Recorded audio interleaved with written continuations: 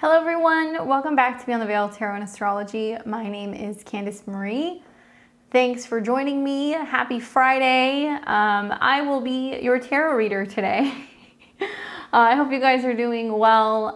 We are back at it with another live video. We're here on August 23rd, Friday night, doing live readings. If you guys can see this, give me a thumbs up and say hello in the chat.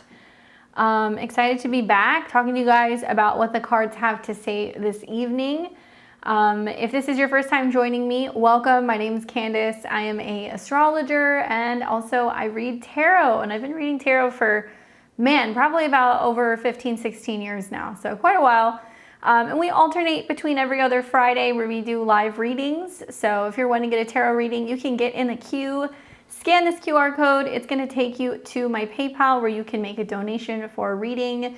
We are doing 1 card readings for $20 donation and 3 card spreads for $40, or you guys can join my memberships and get a reading from me once a month if you join level 3. And as a reminder, if you guys are seeing this late on Friday night or Saturday morning, I'm no longer live. I missed you, so please don't send any money or anything. If you do, I'll refund you or catch you back here next Friday for astrology. To do this, basically, you just send your donation in the memo box. Please put your question and what you want to know, what you want me to ask the tarot. Just want to say hello to everybody. Looks like Deanna's here. Who else do we have? Sorry, we've got Deanna, we've got Sharon, David's here. What's up, Lighthouse Dreamer? Happy Friday, everybody. I hope your week has gone well. We are finally out of some of the more challenging astrology, thank goddess. And yeah, I'm excited to get right into this. So basically, we're going to take the readings in the order that we receive them. We always take level 3 members first, so that's one of the perks of becoming a level 3 member. You don't have to wait. You get a reading once a month. All you got to do is sign up through YouTube, and there's several different levels, but if you guys want to join, it makes it possible for me to be a full-time content creator. Maybe you've caught my videos. If you haven't, click the bell button below and subscribe. I'm here every Tuesday, Thursday, Friday, and Sunday trying to make sense of what is going on in the cosmos.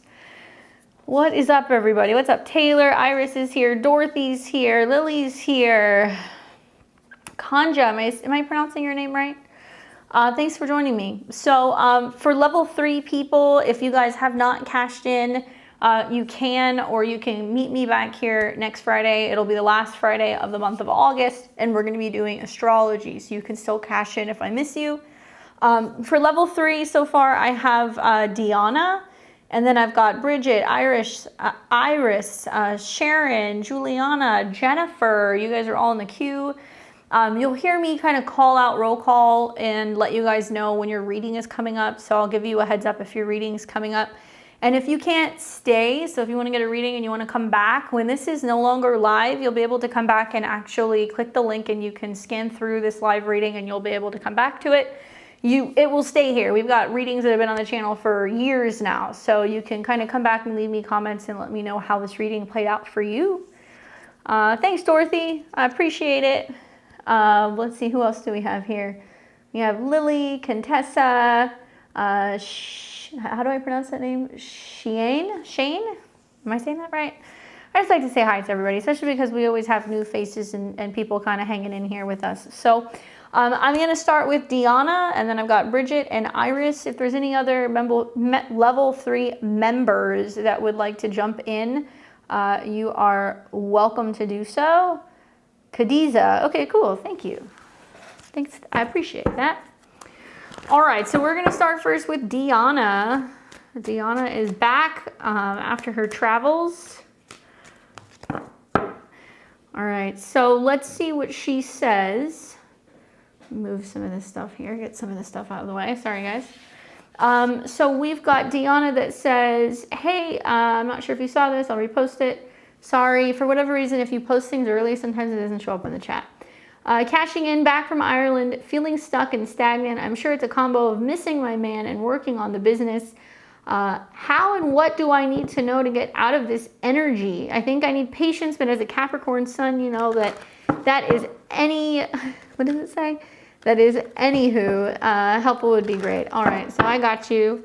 Capricorn, Leo rising. Certainly could be a lot of the Mercury retrograde that's going on too in your first house, kind of trying to figure out what's the game plan, where am I going, what am I doing? And well, Pluto is retrograding back into Capricorn at the beginning of September. So Capricorns and cardinal signs, you guys are going to be feeling it. So let's ask the cards, what does Deanna need to know? What does she need to do to get clarity and getting out of a funk and help her kind of make sense of getting things on track? Oh, that card jumped out. You know, I'm going to read that. All right, so let's see what these cards say in this order. Wowzers. Seems about right. Seems about right. I think a lot of people probably feel these cards. So for starters, 3 major arcana cards. So that's basically saying with the 3 majors coming up, there are some really big things that are kind of happening right now. There's a lot of energies that are shifting, okay? There's only 22 majors in the deck. I know you know this, but I got to tell everybody else. So when a major pops up, just one is usually a definitive shifting energy. It's representing a very big theme. So past, present, future. So the Tower card, right? I think about like the month of August for Leo placements, and that there has been this sense of feeling like no matter what I do, I kind of feel like it's me against the world. All those planets going through your first house, making the squares to obviously Uranus, has been challenging in like redefining yourself or finding stability when it comes to the direction of your purpose, your career, your, you know, kind of like personal reputation out in the world. And that can be relationships or in regards to your career. So for me, I think about, you know, the Tower card coming up in the past position, and that this kind of represents an energy where you're like, everything is changing, right? Everything is shifting. And like what I thought I was going to be doing and what I'm actually doing, I'm feeling this energy of like the Tower coming in being like, yep, I'm kind of scrapping certain things and I'm starting from scratch, or I'm having to remove certain things from my life that maybe aren't going to be a potential future possibility, or maybe there's these realizations you've been having during the retrograde that really kind of shook things up for you and made you ask yourself, okay, what am I capable of doing? What's positive is that, and I posted about this week on X, I was kind of saying like the full moon in Aquarius that we had, you know, all of the energies with like Mars and Jupiter has been about kind of leveling certain things in our life. And it's meant to be like a bulldozer where it comes in and it clears everything out. So, you know, Mars has been going through, because this is like a Mars card, Mars has been going through for you your 11th house, which means how can I take action when it comes to my dreams, but also it's been in Gemini. So it's been a little disorienting, maybe a little scattered. You're like, I'm doing this, I'm doing that. And, you know, the conjunction to Jupiter means there's also been a lot of traveling going on, meeting and connecting with people. So it's been good for feeling inspired. It's been really great also for networking. But when we have planets go through Gemini for a Capricorn, this represents basically this energy of, I need to make changes in my schedule. I need to make changes in my routine. So that could have gotten a little disrupted because of traveling. Equally, okay, we also have now all of this planetary energy that is shifting back into your 6th house. As a Leo rising, you know, Pluto's coming back into your 6th house. So it is about routine, but it's more personal for you. So it's like, what can I do that's actually going to make a difference, that's going to be productive, that's going to actually make me feel like I'm getting things in order? For everyone, okay? Pluto going back into Capricorn is going to represent about a little over 2 months, 2.5 months of being like, there's this thing that I need to deal with. I have been refraining from dealing with it. I don't know how to deal with it. It feels like a challenge and a struggle, but we're being pushed to make the change. So I think as a Capricorn, it's like more personal in regards to your goals. And as a, you know, a Leo rising, it's about productivity and feeling like you're being, you know, kind of like productive, or you're working, or you're, you know, you've got something that's keeping you busy, or it could be about your health. It could be about your schedule, all that stuff. So the Tower card is saying like, look, there's been some stuff that's gotten you off track, and also some really big realizations about what needs to go. Great. So then we get to the Center card, which is the Right Now card. That's Judgment. So Judgment for me is like, there's no turning back. And the irony that you have Judgment and Justice is interesting, because I feel like you have more choice and decisions with Justice. Sometimes Justice is cause and effect, where it's just like, okay, I'm weighing my options, or I'm reevaluating relationships, or I could do this or that. And it does remind you that actions have consequences. But the Judgment card is like, nope, decisions are actually being made. You know, there's going to be definitive decisions and you're not going back. This is a card that's also about an awakening. It's about a realization. That's like, wow, how much time am I spending doing this thing that's keeping me from actually doing the work that I need to do? Or maybe it's not going to be about work. Maybe it's going to be about your schedule. Maybe it's going to be about your health. Judgment is saying that you're being asked right now, in the wake of all of this disorientation that's been happening and kind of reevaluation, to go, okay, I'm going to pick a lane and I'm going to commit more seriously to this thing. So I would assume it's feeling like you have a more structured routine, or, you know, maybe Pluto in Capricorn is breaking out of old, outdated ways of working, maybe. You know, Uranus is still doing its thing in your 4th house. You're going to see a full moon that's going to come through there in mid-November. So I would kind of look at the fall for a time where you're really going to see things that are going to be blossoming and they're going to be changing. Like, there is stuff that's going to start showing up there for you. But it is as a result of decisions, definitive decisions that are being made right now, right? So it's going to be like in the immediate next month. Justice card could also be pointing to the fact that it's about new relationships, collaborations. There's new clients. Maybe there's going to be strengthening of bonds in personal relationships, working relationships. The Justice card also is echoing what is coming is going to be the solar eclipse at the beginning of October. So that will represent, okay, there's my path, I'm moving forward. As a Leo rising, serious conversations about relationships, maybe where you're living, where you're moving. I like the solar eclipse in your 3rd house. I think that it's really positive, especially for websites, connection, communication, reaching out to people, being able to offer services, you know, offering collaborations with working relationships and contracts. It could be big for contracts or writing things. When that eclipse comes through at the beginning of October, it's going to be involving Mercury. So it's going to be most likely an announcement of sorts that you're making. Could be more travel, could be thinking about moving, you know, sure. But I think that it's going to be about making an announcement because of the aspects it's making to your 11th house, and also Mercury's involved. So it's going to be about communicating and connecting with people, bringing them in, right?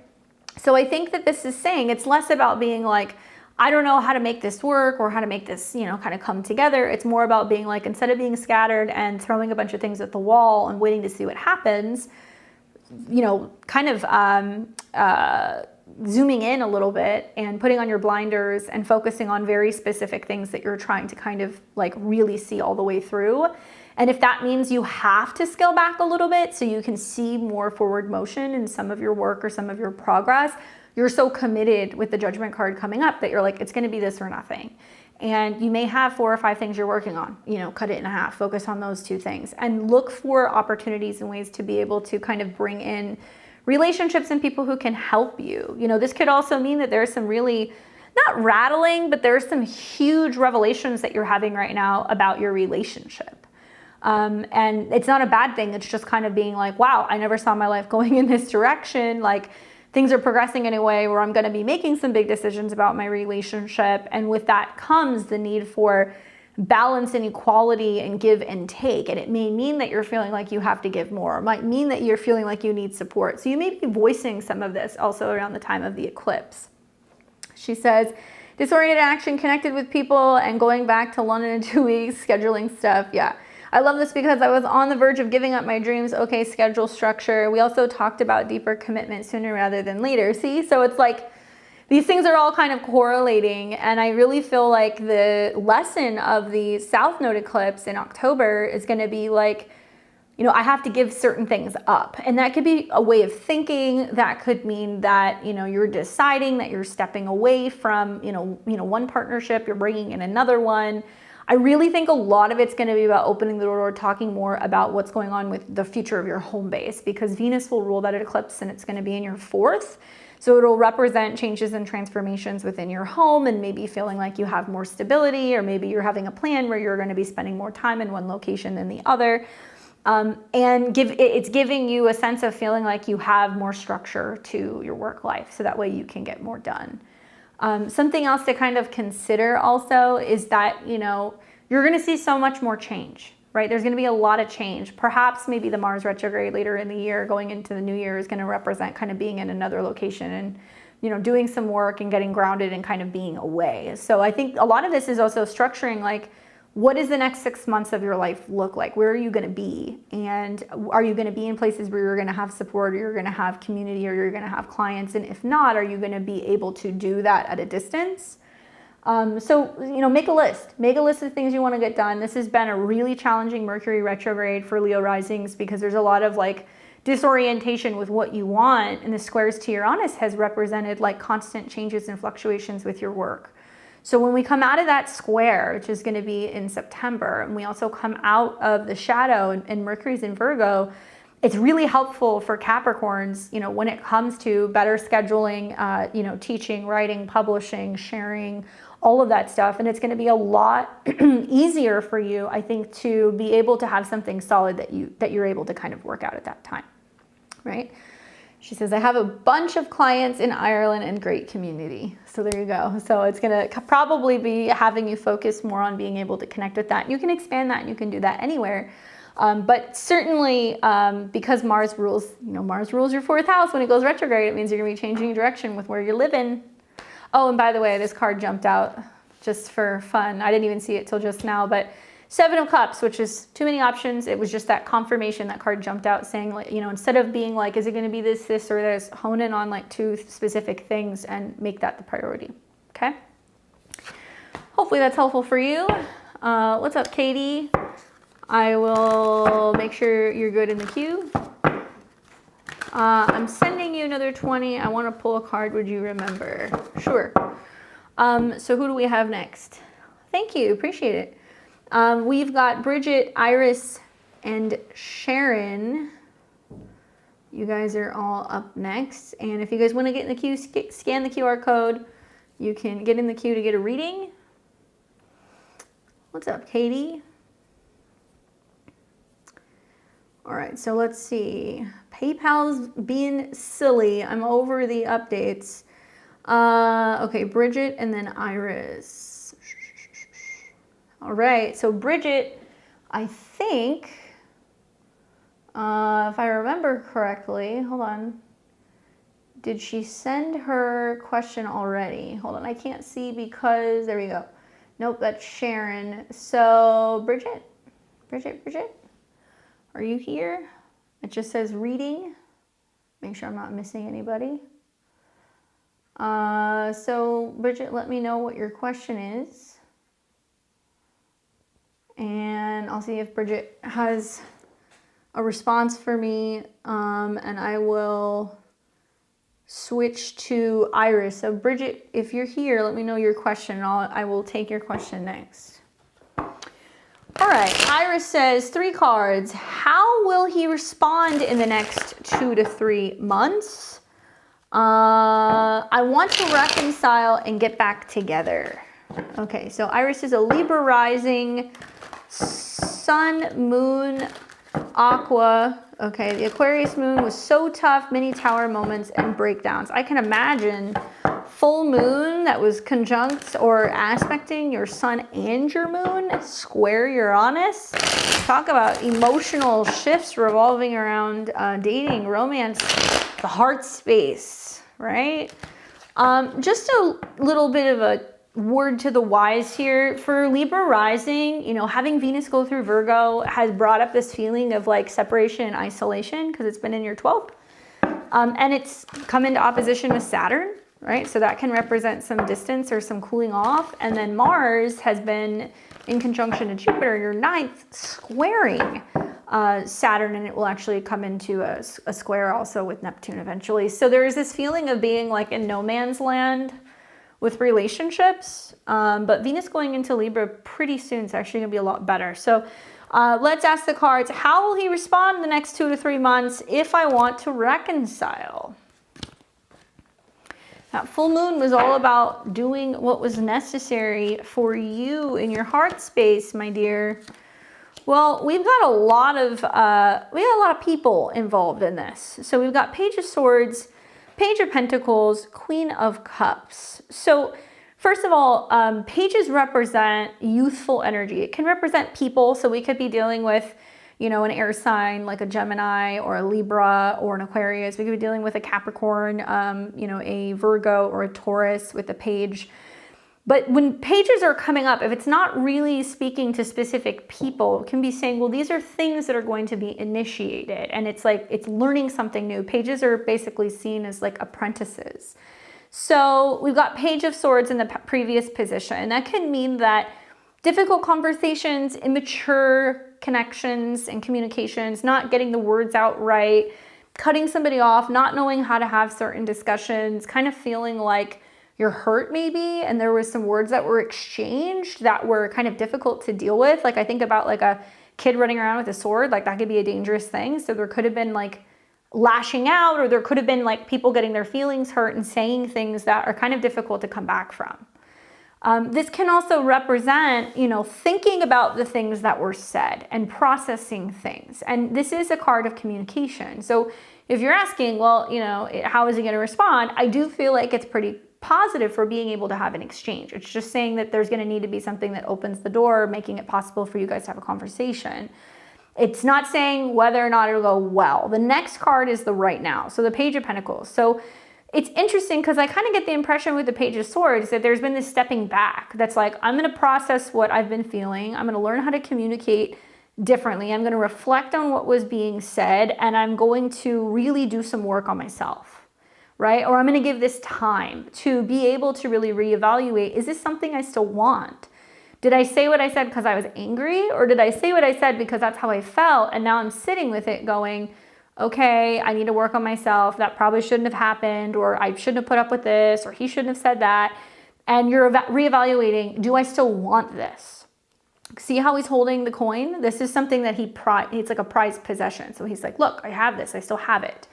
It can represent a seed. So it can also say that this is seeding something where it's having you really kind of dig deep and ask yourself, do I feel like this relationship can grow? Can it develop into something that can be really productive or harmonious or valuable, tangible, long-term? All of the pages eventually want to grow up to be kings. So this is saying you're still kind of learning how to show value and appreciation maybe in a relationship, or maybe you're looking at it going like, wow, there are some things that are worth kind of holding on to and trying to work on. Final card we get is the Queen of Cups, right? So you're obviously an air sign, but this could be saying that there is an emotional shift that happens, more so with a woman. So it can be saying with you, where you kind of look at it and you go, okay, I can look at the situation and realize where I went wrong, what I could have done, should have done, and like owning up to it and being emotional and compassionate and sensitive, and also the ability to kind of reflect and go, I shouldn't have done that. It was wrong. And I realize how I really feel. Like, I feel like there will be open dialogue. I do think that this is positive for open dialogue. The confirmation card is the card that's on the bottom of the deck. This is the Knight of Cups, which means if you lead in a way where you're like, look, I'm not expecting anything. I just want to tell you how I feel. I just want to talk about what happened. I want to address, what I said and what went on, and let you know that I do care about you and like I do value this relationship. It does look like there's some receptivity here. The Knight of Cups is somebody who says, okay, I'm willing to hear, how you feel, and we'll go from there. So it's not like you guys are going to get together, talk about your feelings and be like, we're back together, but at least it opens the door. And I do feel like there can be some common ground between the two of you, and him being like, okay, now what? Where do we go from here? And that's great because you've got two people on the same page. Both of you guys are realizing that, there is enough emotional connection here, that there is a possibility that you can overcome some of the petty issues that you had and move forward. I think you're going to see a lot of shifts when Venus goes into Libra later in the month. And when it trines Pluto, you'll recognize why you responded the way that you responded, and you can kind of like heal something within yourself. Over this next month in September, Mars will go into Cancer, and it's going to trine Saturn. So it does indicate for a Libra rising that it is supporting your 7th house, and that it's going to give you the opportunity to take responsible actions when it comes to relationships. There is still a solar eclipse coming in Libra. So any Libra rising is going through the last final shedding of the skin, right? Because the South Node's going through your 1st house. So letting go of old egos, dealing with all of that stuff, embracing new partnerships, relationships, and having Aries in your 7th house means that part of your shadow is sometimes, you know, projecting onto other people or people projecting onto you. And there is a lot of Aries energy in your kind of, you know, persona, and you're just not always aware of it. So both parties can be getting angry and saying things they don't mean, but what can actually really heal the situation is being compassionate and being able to recognize that not only do you not feel that way, but you don't want to hurt him. And I think telling him that is what's going to open the door to being like, okay, you know, how can we fix this? Where do we go from here, right? So hopefully that's helpful in giving you some insight, Iris. She says, that's exactly how I'm feeling. Spot on. What's up, Toddman? Iris, let us know what happens. You're welcome. All right, so we've got Sharon, Juliana, Jennifer. You guys are all on deck. Did we hear from Bridget? No? We didn't. Okay, so Bridget, hopefully Bridget sees this. I'm gonna do your reading. You're gonna get a cold reading. Those are the best ones. Those are the ones I like. When I go to see a tarot reader, I'm usually like, just tell me what I need to know. I like to see them pull rabbits out of hats. All right, this is for Bridget. Here we go. So she's got a 3-card spread. 1, 2, 3. All right, in this order, Queen of Wands, 2 of Coins, and the Moon card. All right, Bridget, so it could be representing you, or it could be talking about a fire sign woman, okay? Aries, Leo, Sagittarius is the Queen of Wands. If not another person, this can be you, kind of showing some of these qualities. So the Queen of Wands is the second of the 4 queens. She represents passion, power, creativity, confidence. Right? And this is about taking bold steps forward and really focusing on what it is you want to create. So sometimes this card comes up where, you know, somebody is saying, well, I want to launch a business. I want to do something different when it comes to my self-expression. I want to work on, you know, my life and bring more pizzazz, bring more excitement, bring more opportunities to you. It's about manifesting. Wands are about directing your energy and pointing it at something. So there's something shifting for you right now where there is this sense of you going, okay, I'm really focused on making something happen in my life. And there's a lot of energy behind it right now. When I look at the card, there's tons of oranges and yellows and things that represent new beginnings, right? New opportunities, new places, new jobs, new relationships. Like there is some kind of situation where maybe your intuition is heating up, telling you like it's time to go in a new direction or to be bold or to take chances. Now, 2 of Coins coming up for you represents wavering, going back and forth, being like, do I want this or do I want that? What direction am I going to be going in? So it looks like you're reevaluating, taking a step forward, and sometimes this can be good because, you know, instead of just leaping into something, you're like, okay, I'm going to consider both options and how they can play out, but you want to be careful because there can be a sense with this card that there is indecisiveness or not striking while the iron is hot or taking too long and then missing your window of opportunity. Sometimes this is a card about juggling too much. So there can be a sense of, well, you know, there's too much on your plate right now, or there's too many options right now. And it's almost like hindering you sometimes from being able to take some of the directions you want to take. Oh, is that you, Bridget? Contessa? Is Contessa Bridget? She says, I want to know if I should move to Arizona. I know the tower is coming for a third-party connection soon. I think we need a new start. I'm not sure if that's you, but let me know. So, you know, the Queen of Wands can be saying, well, you know, it's time for me to take some kind of risk, and you're reevaluating whether or not you should take it. The Moon card, right? That doesn't necessarily help you. The Moon card is like, I feel something is coming. With the Moon card, we can't see anything. It's nighttime. So we're only having to listen, and we're having to kind of tap into our own intuition, our dreams, our meditation, something subconsciously that's saying, time for you to make a change, but you're afraid of the outcome, or you're not sure if you're going to be successful, or you're afraid of whether or not something is going to go the way that you're hoping it's going to go. Now, I feel like this is more relating to creative blocks. This is more relating to self-expression. There can be a sense of doubting your ability to overcome an obstacle right now. Let's look at what the bottom of the deck says. Knight of Pentacles. So it can be about changes with finances, changes with jobs, changes revolving around resources, moving, you know, these types of things. The Knight of Pentacles can be a messenger. So it can be an earth sign, Taurus, Capricorn, or Virgo, somebody who is bringing you a message about finances and money. This can be an indication that if you're willing to take risks, right, that these risks may actually pay off in a physical, tangible way. More money, better health, more stability. If you're contemplating moving on to something else and you're like, I don't know if it's going to work out. The Knight of Pentacles is saying, well, you know, you're not going to rush into the situation. He's the most cautious of all of the knights, but it does say that if you take slow, steady approach to making some of this change, it can benefit you in a very big way. And likely you will get some kind of message or something that's going to remind you you are supported. You have the capabilities of being able to see this through. If you can tap into your confidence or your creativity, it's very possible for you to see that you can make some major headway in a situation that can lead you to a much better outcome than where you're at. And maybe you're kind of going like, well, I'm safe here, I'm stable here. It looks like there's better things on the horizon.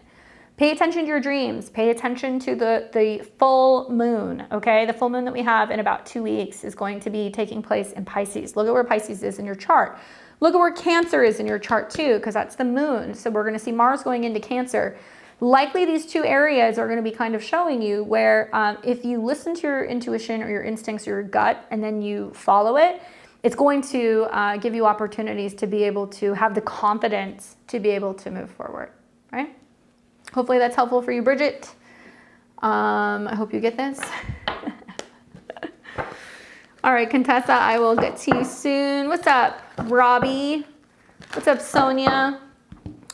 All right, so we have Iris, and then we're going to have Juliana and Jennifer. Iris says, 3 cards. How will he respond? Oh, no, sorry. That was the same one we just did. My bad. We have Juliana. Juliana. And I think Juliana asked her question right at the very beginning. Let's see. Nope, that's Sharon. Juliana, are you here? Let me know. You can pop in and let me know your question. I'll give you guys a rundown of who I have. There she is. So if you hear your name, I got your donation. Sage Moon, Rachel, Kelly, Patty, Astrid, you guys are all in the queue. All right, so we're gonna do Juliana, and she says, how is the next 6 months looking for me? All right, cool. Let's take a look. We're gonna do the next 2 months, 4 months, 6 months, okay? And we can also interpret the 3 cards as what you're kind of moving away from, what you're working on, and what the outcomes will be. So that's how we're gonna look at it. This is for Juliana.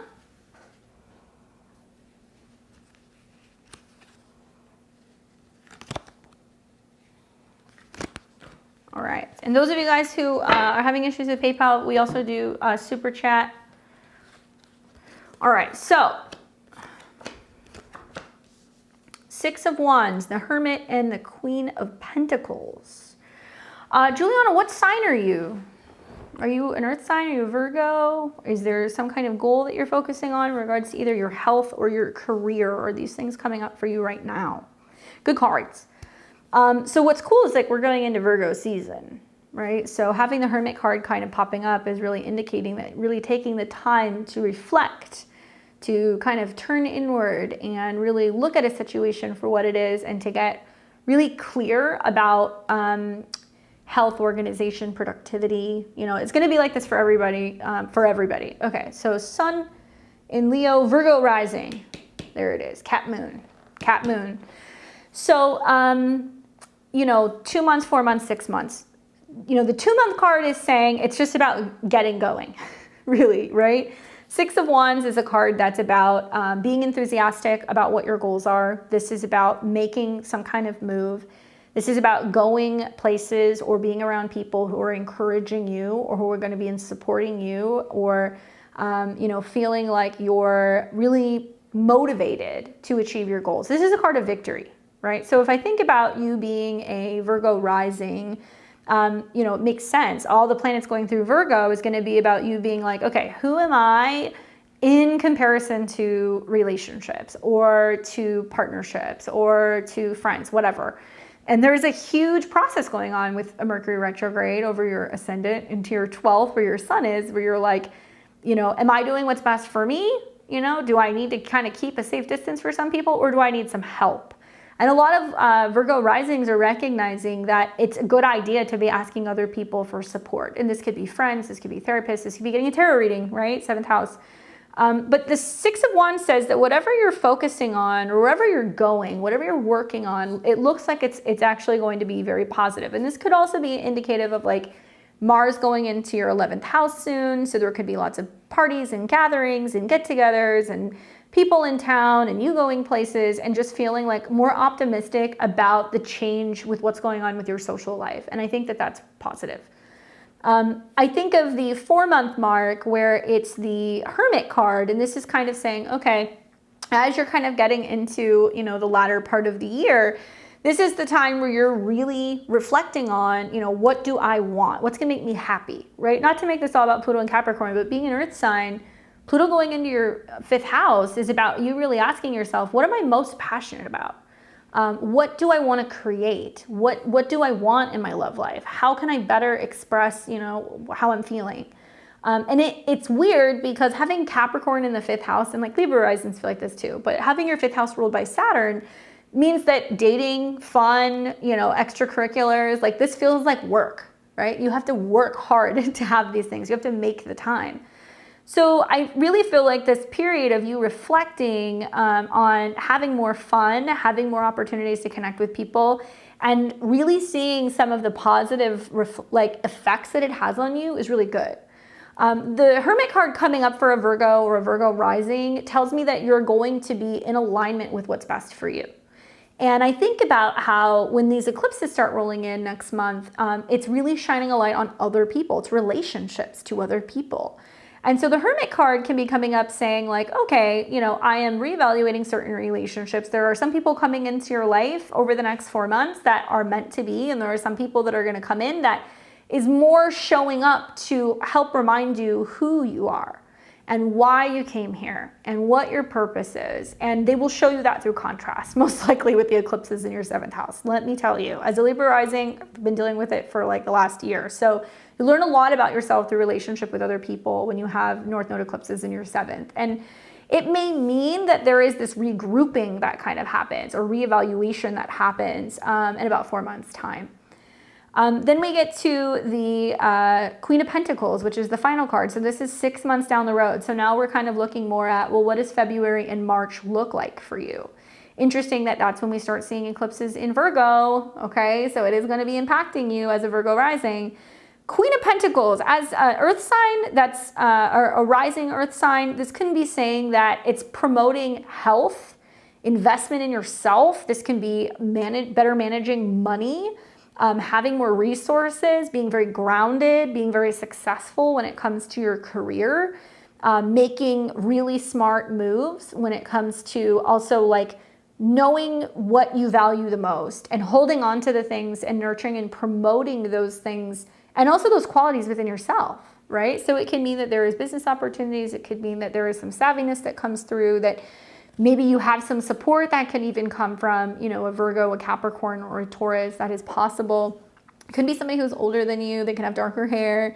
But all in all, I feel like this is about you recognizing that in order to have more fun or have more fulfillment or to have more opportunities, it's going to be about going where people are going to kind of support you and celebrate you the most. And you will do some reevaluation about 4 months from now. But on the other side of this, it looks like it's going to make you stronger, healthier, and more successful overall. So wonderful card for you to be pulling And I think about also like Virgo risings with Jupiter in your 11th. You know, a lot of you guys are going to have some kind of career promotion, or you're going to shift from one position to another, and it can bring higher status or higher salary, right?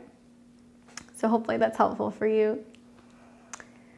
All right, let's see. So we've got Jennifer. Jennifer asked a couple questions. All right, Jennifer, so I'm going to do one and then the other. Thank you for your generosity. I appreciate it. All right, so Jen from Philly says, will my investment move forward fast and close by 9/30/2024? You're welcome, Juliana. So she wants to know, will this investment move forward fast and close by the end of September 2024?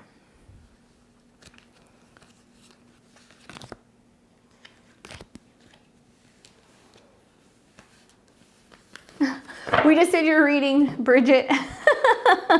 You'll be able to scroll back. You can see it. Interesting. All right, so we've got the Queen of Cups, the Page of Pentacles, and the Lover's card. Well, obviously the Queen of Cups coming up talks about either you and your emotional investment in the investment itself, or your intuitive nature kind of tapping in, being like, I feel like I made the investment at the right time. You know, I feel like something is going to happen. There's something that's kind of telling me something is going to come of this. This can also represent another person outside of you. So it could be a Cancer, Pisces, Scorpio. But I feel like the Queen of Cups being in the previous position is kind of saying like you're really in tune with something. Like if you're going to be making investments, you kind of feel like you're going on your gut, or there is something that you're following, or there could be some kind of divination aspect, or you're looking at sequences of patterns and you're like, I just see this playing out. I see it working for me. The Page of Pentacles, which is, if you're going to ask about money, right, you're going to either want to see Ace of Pentacles, 10 of Pentacles, 8 of Pentacles, you know, one of the King, Queen, Page. To me, this is saying that there is an investment that you made that is going to at least be something that will pay itself back. Page of Pentacles is kind of like, okay, you know, I'm going to make this small investment. I'm going to see what happens. And it looks like that there could be enough progress with the investment by that time that it's showing promise. Like the Page of Pentacles is like, yes, it's growing. This was a good move. You know, I planted this seed, or I invested here, and like, I see that it has room to grow. But there's room to grow, right? That's what I'm getting at, is that you may see the situation a month from now where you're like, okay, wow, you know, I made X amount of percent you know, off of this investment. Do I take the risk and do I let it ride and see if it's going to continue, or do I pull the money off the table? And the Page, it doesn't always have experience. And I think that this can be referencing, you know, it could be, you know, you have the opportunity prematurely to say, I'm going to cash out, or it may mean that you're dealing with an investment on something that is newer to you, or you don't know as much about it, or maybe you're in a situation where you're like, look, the very little I put in, I don't want to risk it, so I want to take it back. So the Page of Pentacles is saying that there is a potential that if you choose not to cash out on it, that it has room for growth, right? So be mindful of taking it prematurely. The Lover's card coming up is an indication of that path, that fork in the road, the deviation. Do I stay in? Do I take it out? Do I take my, you know, winnings and reinvest it in something else and flip it into another investment? You know, the Lover's card talks about temptation and being like, okay, well, I have other avenues I can consider. You know, am I going to take that chance? If your question was flat out, you know, is it going to pay out or is it going to pay off? Yeah, I think it will, but I think that you want to be mindful of the timing of when you decide to take profit, because you could take profit very soon and it may potentially continue to go up. Now, equally, it could say that you're satisfied with the profit that you make. You're like, that's great, I'm pulling it out, I want to put it into something else. And that's kind of the vibe that I'm getting here with the Lover's card. The confirmation card that I get is the Three of Cups, which means it does look like the decision that you make with the profit, it's going to be a good decision. So whether you decide to leave it in there and it grows, or you decide to diversify and take the profit and put it into something else, it does look like there is going to be some kind of reason to celebrate, right? So I do see this being something that's positive for you. All right. So then the other question you had was a 3-card spread. She says, will the crypto XRP pump soon? All right, let's take a look. Let's see. Let's take a look. I've never had anybody ask me about, that's not true. I've had people ask me about Bitcoin, which is funny. So will XRP pump soon? No pressure. Not looking at any technicals on that one. All right, so let's see. Is there a pump in the future for XRP? I know that community's been waiting.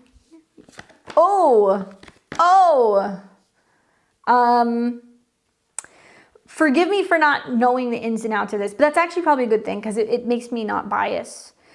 What's the deal with the Hierophant and the Judgment card? What decision was recently made revolving around this particular currency, or I guess I should say technology? What happened? If you're watching, fill me in. Hierophant talks about organizations, and it can be talking about like government organizations, bigger organizations that are making decisions based off of like usability, or it can be about laws, it can be about regulations. Usually this is about conforming, or this is about controlling or creating like a space where something is confined, and not in a negative way, but it's like, okay, we're putting this in this, you know, in this particular arena, or we're calling it this, and like, this is what it's going to do. So she says, SEC, they won with very low penalties. Okay. So, you know, the Hierophant then coming up is saying like, look, that, you know, something came up where there were decisions that were being made, and the Judgment card is saying that this will have, you know, kind of like ripple effects. You know, the Judgment card is about definitive decisions. So when I see the Hierophant coming up with the Judgment card, you know, it almost looks like it's the tail end of dealing with all of those decisions and limitations that, you know, decisions are going to be made in the immediate, like next couple of weeks or months. Usually this is like within about 2 months. That's like, okay, there's this revelation, right? Judgment card is about revelation. It's like people wake up and they go, oh my God, this is what we're, you know, this is what it's capable of doing, or this is the potential that it may have.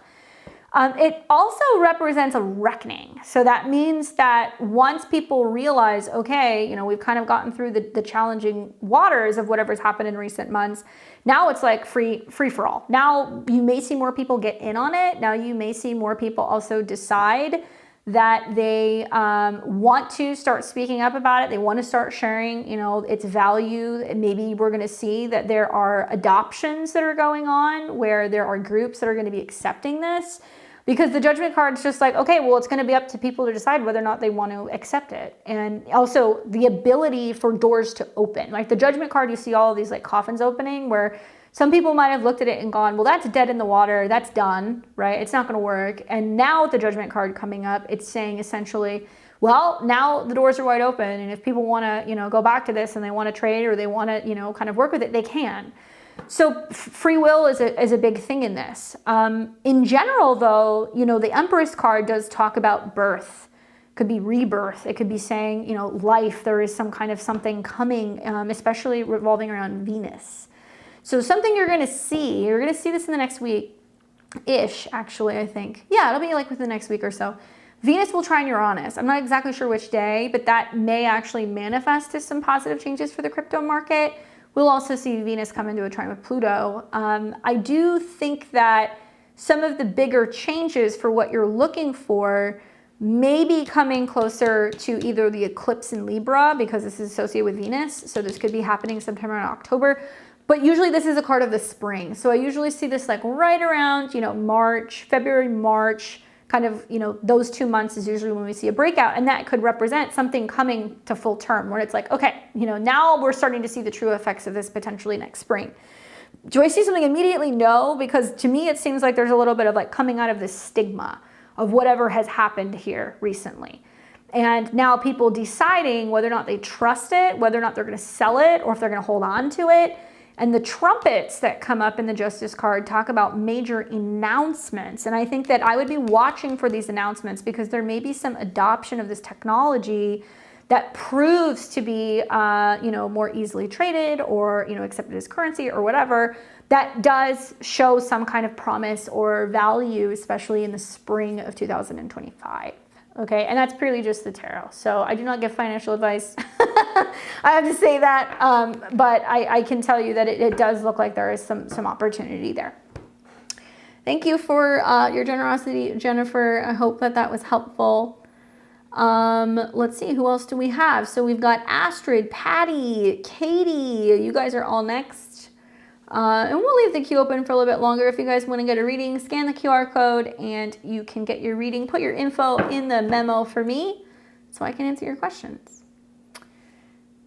So we've got Astrid, and Astrid says, "Hey Candace, I've been job hunting for months with several interviews, but no offers yet. Any advice is helpful regarding this matter." All right, Astrid, let's see what we can tell you about the job hunt. And whether or not something is becoming available soon. It's been pretty common during this Mercury retrograde in Virgo. A lot of people have been experiencing delays with work. So what do the cards say for Astrid? Oh, well, good news, Astrid. You get the Ace of Cups, okay? The Ace of Cups. And you had a one-card reading, but I want to get the confirmation card to see what's going on. So Ace of Cups for me is an offering, right? So like if somebody says, hey, I'm looking for a job, I want to see Ace of Coins, I want to see 8 of Coins, I want to see 3 of Coins, I'll take an Ace of Cups because the Ace of Cups is at least an opportunity, an offer to meet with somebody. It's somebody saying, come in, we want to talk to you, we're interested in working with you, let's see if we're in alignment with each other. Generally, this is something that happens within a month, okay? And we can start to see this energy really start to shift as we're seeing planets going into water signs. So something you're going to see within the next month is planets are going to start going into Scorpio. So I don't know what sign you are, but that's that. This also represents emotional connections. It's feeling like maybe you're interviewing with people and you're like, yeah, I get along well with them, or I feel like it's a good fit. There can also be feelings of joy, happiness, feeling like totally ecstatic and emotionally relieved when the Ace of Cups comes up because it's like, okay, somebody is interested. Okay, I have an opportunity to partner with someone. It's interesting the card that came up was the 7 of Swords because this is a card that's usually like questioning or doubting whether or not something's a good match. It could be doubting yourself as to whether or not you're capable of getting a job, or there can be a sense of you reevaluating. Should I go back to that old job? Should I, maybe try to reapply at that company that I wanted to work for? Maybe you're kind of feeling like there is a sense of not having a lot of clarity or some trust issues with some of the people that you're interviewing with. There can be this feeling of people saying, well, we'll be in touch with you. We're going to call you. And then you're like, okay, did I hear anything?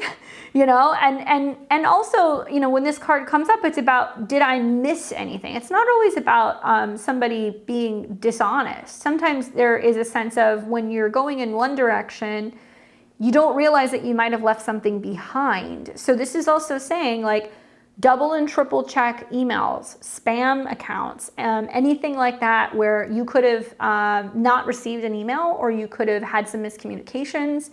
This is about not doubting yourself, but listening to your intuition. And if you are interviewing with certain people or if you're kind of getting a vibe, it's like really paying attention to that because it looks to me like you're really seeking a position. Everybody wants to work either for someone or in a space or a place or, a type of occupation that they love, right? To me, it seems like you want to find something that's going to be a good emotional fit for you. And you want to take note of anything where you feel like it may not necessarily be a conducive work environment. So go and see the people working there, meet them, like do a trial, something like that. Make sure it's a fit is basically what it's saying. And don't overlook maybe some of the jobs that you've applied for and watch for any potential missed messages because that's something that could potentially kind of come up. But that Ace of Cups does make me feel like something is being offered to you. So I would say in the immediate next month, usually this is a month, this is a 7. So I would say 4 to 7 weeks is probably when you're going to see some kind of shift. And when something is offered to you, make sure it's a fit. Hopefully that's helpful for you, Astrid. Sending you lots of good work vibes. Go burn an orange candle. Do it on a Wednesday. That will help. Put like a car key out or something like that so Mercury can kind of help you make those connections. All right, so we got Patty, Katie, Kelly, in that order. I take it back. Miss Grace. There we go. All right, so she says, oh, let me get this. Okay. The workplace saga continues. Oh, I remember this story. I had an unexpected one-night drunken tryst with my coworker. After that, you told me in a reading that I would hear back from him about it, and I did, exactly like you predicted. Since then, there have been no more encounters, and our work relationship has continued unimpeded. A couple of weeks ago, I got a call from him early in the morning telling me about a huge fight he had with his significant other of 16 years that they got into. He was very upset about it, and he revealed how unhappy he was with her and how they'd been talking about parting ways for quite a while. They've been getting into very vicious fights. Well, I gotta scroll up here. Let me see if I can read all of this. They've been getting into very vicious fights, and then it kind of trailed off. Come on. Come on. Sorry, it's not showing me all of your questions.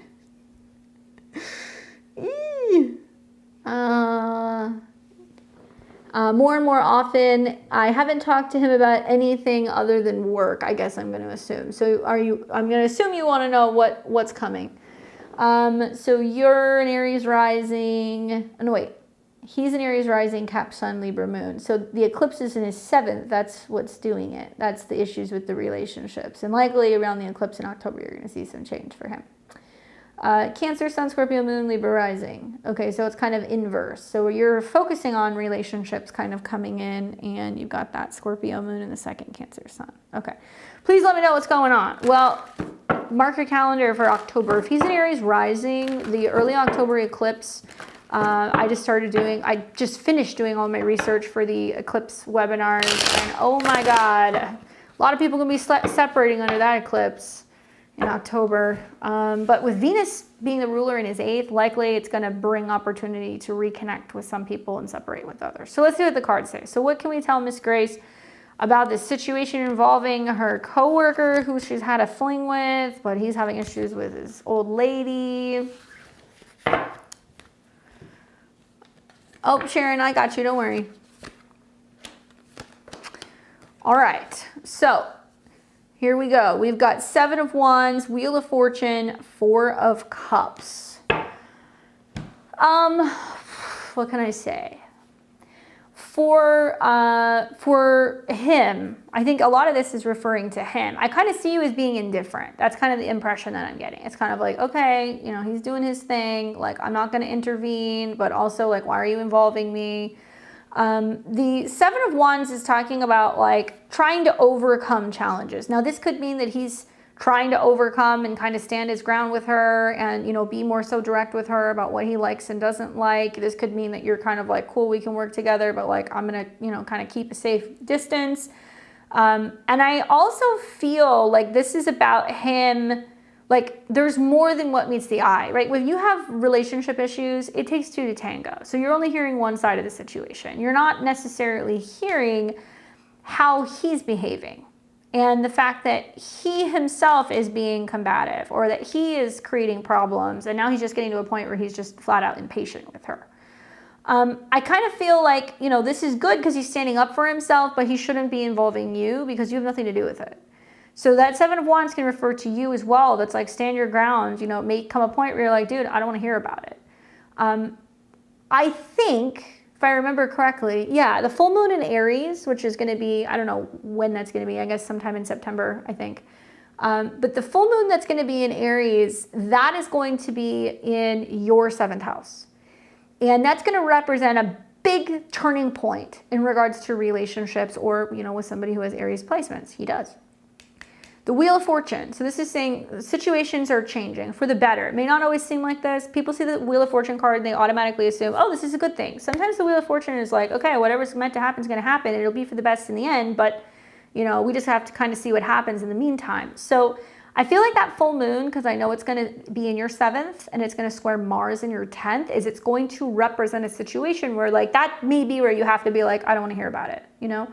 Mars in your 10th house is about work and your relationship with someone at work, but your 10th house represents somebody's 4th. So that means that that might be where he's like, I'm moving out, she's moving out, something's changing. Wait for the signal. There's like a signal that's going to come that's going to be where you're like, oh, this really is changing.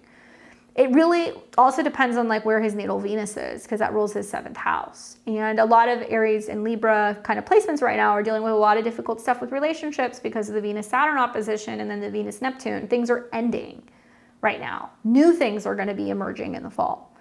I think also, you know, for you, a lot of this is going to be about looking at the situation and being like, okay, you know, if he cleans his mess up and he does this thing, you know, if this is meant to be a connection, if and when the time is right, like it'll sort itself out. I think you're handling this the best way you can.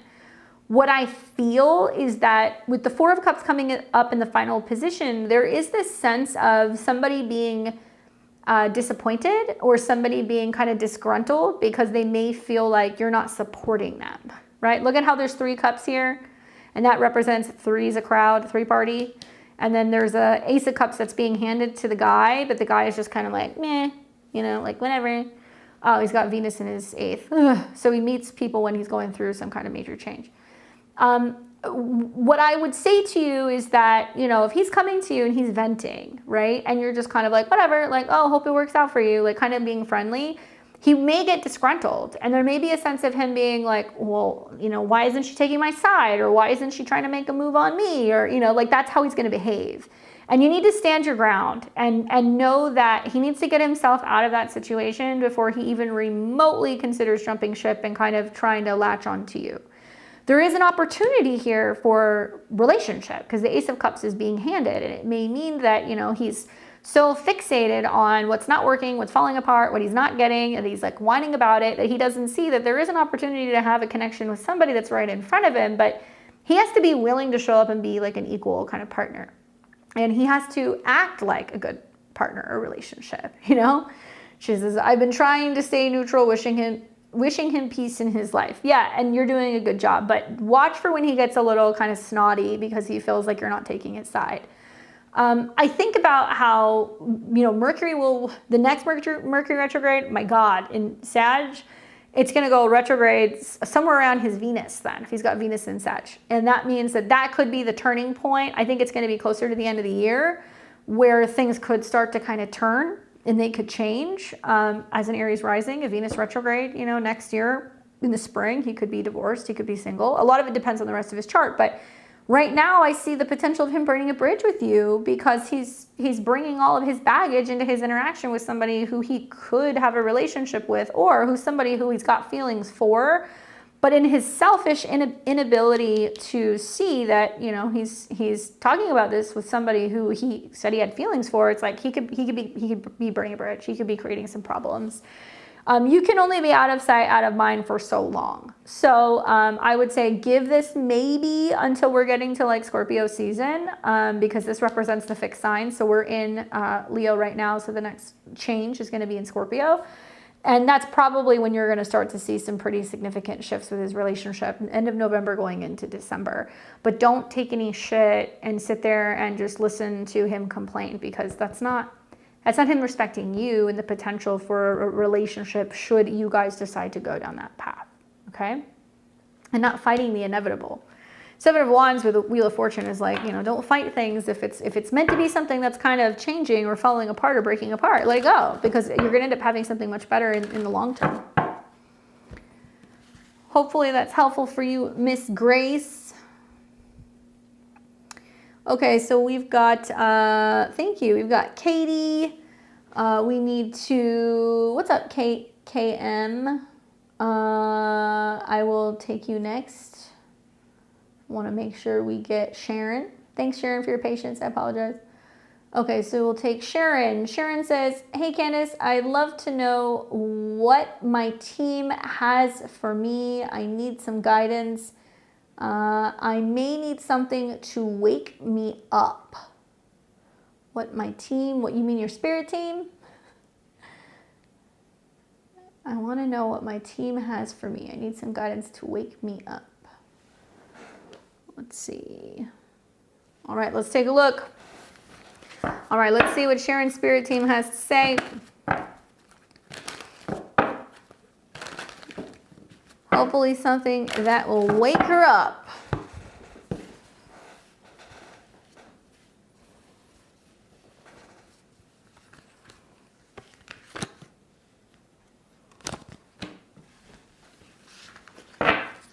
Cap rising.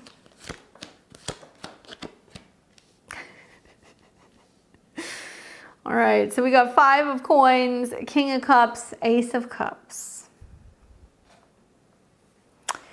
I'm wondering which way this goes, and it could be both. But when I think about, Capricorn rising right now, I think about all of the changes that have been happening for you, really revolving around your resources or joint resources, right? We've seen like all these retrogrades and things that have been taking place and all these transits that have been going on that really do impact you financially, whether this is Pluto in your 2nd house, whether this is the retrogrades that have been, going on in Cancer, which can deal with borrowed money, owed, back and forth resources, intimacy, security, stability, and support, right?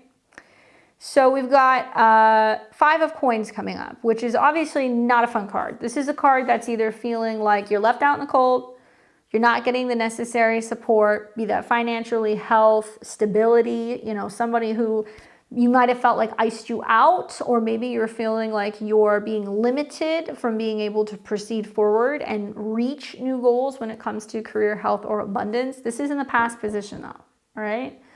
So this can also be saying that you can sometimes feel like you're on the outside looking in and you're like, why am I not a part of this? And I wonder what that is. Only you'll know that. But when I think about your astrology, there's definitely much more of an emphasis right now on health with your Gemini transits in the happening in the 6th. You also have a bunch of changes that are happening in your 8th house, which is about clearing out, detoxing, dealing with getting rid of negative thoughts, habits, and any kind of financial hangups, where you're also not getting enough support from other people. So that's the past. Right now, King of Cups and the Ace of Cups is interesting. This talks about new opportunity for partnership, for support. Now, this could be in a relationship. This could be in a business situation. This could also be talking about manning up and really stepping into that more masculine energy of protecting your emotions, protecting your space, really leaning into how you feel and acting with maturity when it comes to your emotions as well. And learning new habits that can be about better managing them. And that can be how you communicate with people, sharing your feelings. That could be about having better emotional boundaries. So, the King of Cups can be a man that comes into your life. It can be a water sign. So this can be a Pisces, Scorpio, or Cancer. But I think with that card coming up with the Ace of Cups, like in any reading, it would be a situation where I would go, look, you've been accepting less than what you deserve. You have been taking it in the shorts for a little while, emotionally, financially, or physically. There's been a sense of you begging for crumbs or security or support. And now there's a shift that's coming in where you have someone or something that's about to offer you something that could completely change the name of the game, especially emotionally, right? So it's like we've all been there where it's like, we're hitting a lull in the career, or, things aren't really progressing the way that we want. And then we make a new friend, or we start dating somebody new, or we have some new exciting hobby or something that comes in. And it's like, all of a sudden you feel like you have some renewed purpose. That's kind of how this reading reads, that somebody's going to come in that's going to bring something up for you. That's going to kind of wake you up a little bit emotionally, make you realize like, wow, okay, I really want this. I'm really passionate about this thing. I'm really passionate about this person. Certainly, going through Cancer season, it puts an emphasis on relationships, right? We had that recently, but there was a lot of oppositions that were still kind of going on. So, those full moons were brutal for Capricorn placements. It was a lot of realizations of what you guys needed to change, Cap risings, before going into relationship. And pretty soon, Mars is coming into your 7th house. So that could be a real uptick, especially in September for relationships, and it could bring in a Cancer or a Scorpio, Mars in Cancer. I do think that the Ace of Cups is an offer. So you don't have to go looking for it. It'll be somebody who's like, let's schedule a meeting. Let's go out to dinner. Let me get to know you. Let me be your friend. Do you want to come over? Watch for this, because I feel like this represents kind of like the heart opening and an opportunity to feel more emotionally kind of tied to someone or something that's going to pull you out of a funk. Now, it starts with the emotion, right? Water is the first element that we deal with when we kind of deal with the deck. The next one is going to be fire. So then you'll start seeing things moving. Then you're going to see major shifts that are going to be happening in your life. And it can be because of some new kind of partnership, relationship, collaboration. Now, the bottom of the deck always tells me what the confirmation is for the end result. Well, what is it? 10 of Cups, 10 of Coins. So it's saying that it could be huge emotional shift, somebody who's encouraging you, somebody who's helping you heal, somebody who says, I believe in you, or I want to help build it with you, or I want to collaborate with you. 10 of Coins is long-term planning. This is like money, putting money into an investment account. This is about talking about long-term plans with a partner. This is about making some big career moves. This is about really kind of creating a legacy. And it tells me that you may meet somebody who is saying to you, like, I want to build with someone. It could be a business, it could be romantic, but I want to build with someone. And that to me feels like you go from the emotional kind of investment to, oh, okay, somebody who's also looking for something tangible. They want something real, or they want to build something that's going to be successful. So you're going from, being broke in a sense with that 5 of Coins to having fulfillment and everything that you need. And it really shifts with your shift in your attitude and your emotions, and also with somebody coming in that's here to kind of help you heal through the process of realizing what you're worth or what you're capable of, right? So pretty good cards, actually. Let us know how that plays out for you. Thank you for your patience, Sharon. Sending you good vibes in the midst of the Pluto retrograde. All my Cap risings and Cap placements are definitely going through it. That's okay. You're almost done. All right, so we'll leave it open for another 5 minutes. You guys want to get a reading? We'll leave it open for another 5 minutes, and then we're going to close the queue.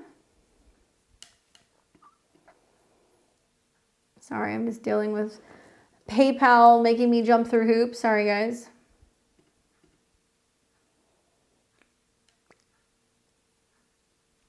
There we go. Thanks, Lynn. Thanks, Sharon. All right, so who do we have next? We've got Katie. And then after Katie, we have Kelly. And then we have Rachel. You guys are all on deck. All right, so Katie says, hey, Candace, I'm a late degree Pisces rising with my moon in Pisces, sun in Capricorn, Venus in Sag in my midheaven. You said in a previous reading that when the North Node crosses my ascendant, things would be different. I feel this energy coming in, and can you give me a reading and let me know what I'm finally going to be, if I'm finally going to be recognized as the badass I always knew I was. I'm craving props. Love you. It can be so challenging with Venus on your midheaven and Jupiter is in your 4th house, and it's opposing that, and then you got Saturn squaring that. There's like this thing that's going on right now where there's like this sense of being like, okay, I know that I am, but I'm not, feeling it quite yet, or I'm not getting that recognition. And a lot of that is because, Saturn going through your 12th house, your ascendant, is not the act of knowing, it's the act of believing, right? Pisces is about feeling it. And so Pisces is also about the delusion, the dissolving of the ego and letting it all kind of fade away, right? It's like, it doesn't really matter. I believe, and so I am. It's like kind of like the Magician card. And with Jupiter in your 4th house, there's this sense of like wanting more, right? Venus on the 10th, want more appreciation, want more recognition. I want more affection. I want all of these things that feel like it's out of reach. But even Jupiter is connecting to your Saturn transit because it rules Pisces traditionally. So the act is not knowing but believing, right? So that's the theme here. And then the Neptune squares distort everything. So things always feel out of reach when you have planets in the 4th house opposing the 10th house. And Jupiter can make it feel bigger. At least it's not Saturn. But let's see what the cards have to say about what she needs to know about getting this attention or props. So you got Page of Wands, 5 of Swords, and the Knight of Swords. Confirmation is 5 of Wands. So, Page of Swords is about, taking some kind of action. And this is also about being creative. I know that's something that you do like professionally, but this is about like taking creative risks and maybe trying out things that you haven't done before. Like when I think of pages, it's like, okay, well, let me try this. Am I good at it? I don't know. And learning how to be playful, learning how to be innovative, learning how to express yourself in different ways. This can also mean with the Page of Wands that new opportunities are coming in for you, especially in the fire houses. So we think about Sagittarius being your 10th house, and we think about Leo being connected to your 6th house, and we think about Aries, being connected to your 2nd house, where you're learning new skills or you're learning new ways to express yourself or to create work or to be busy. That is reason enough to kind of give you recognition because you're getting outside of your comfort zone, basically.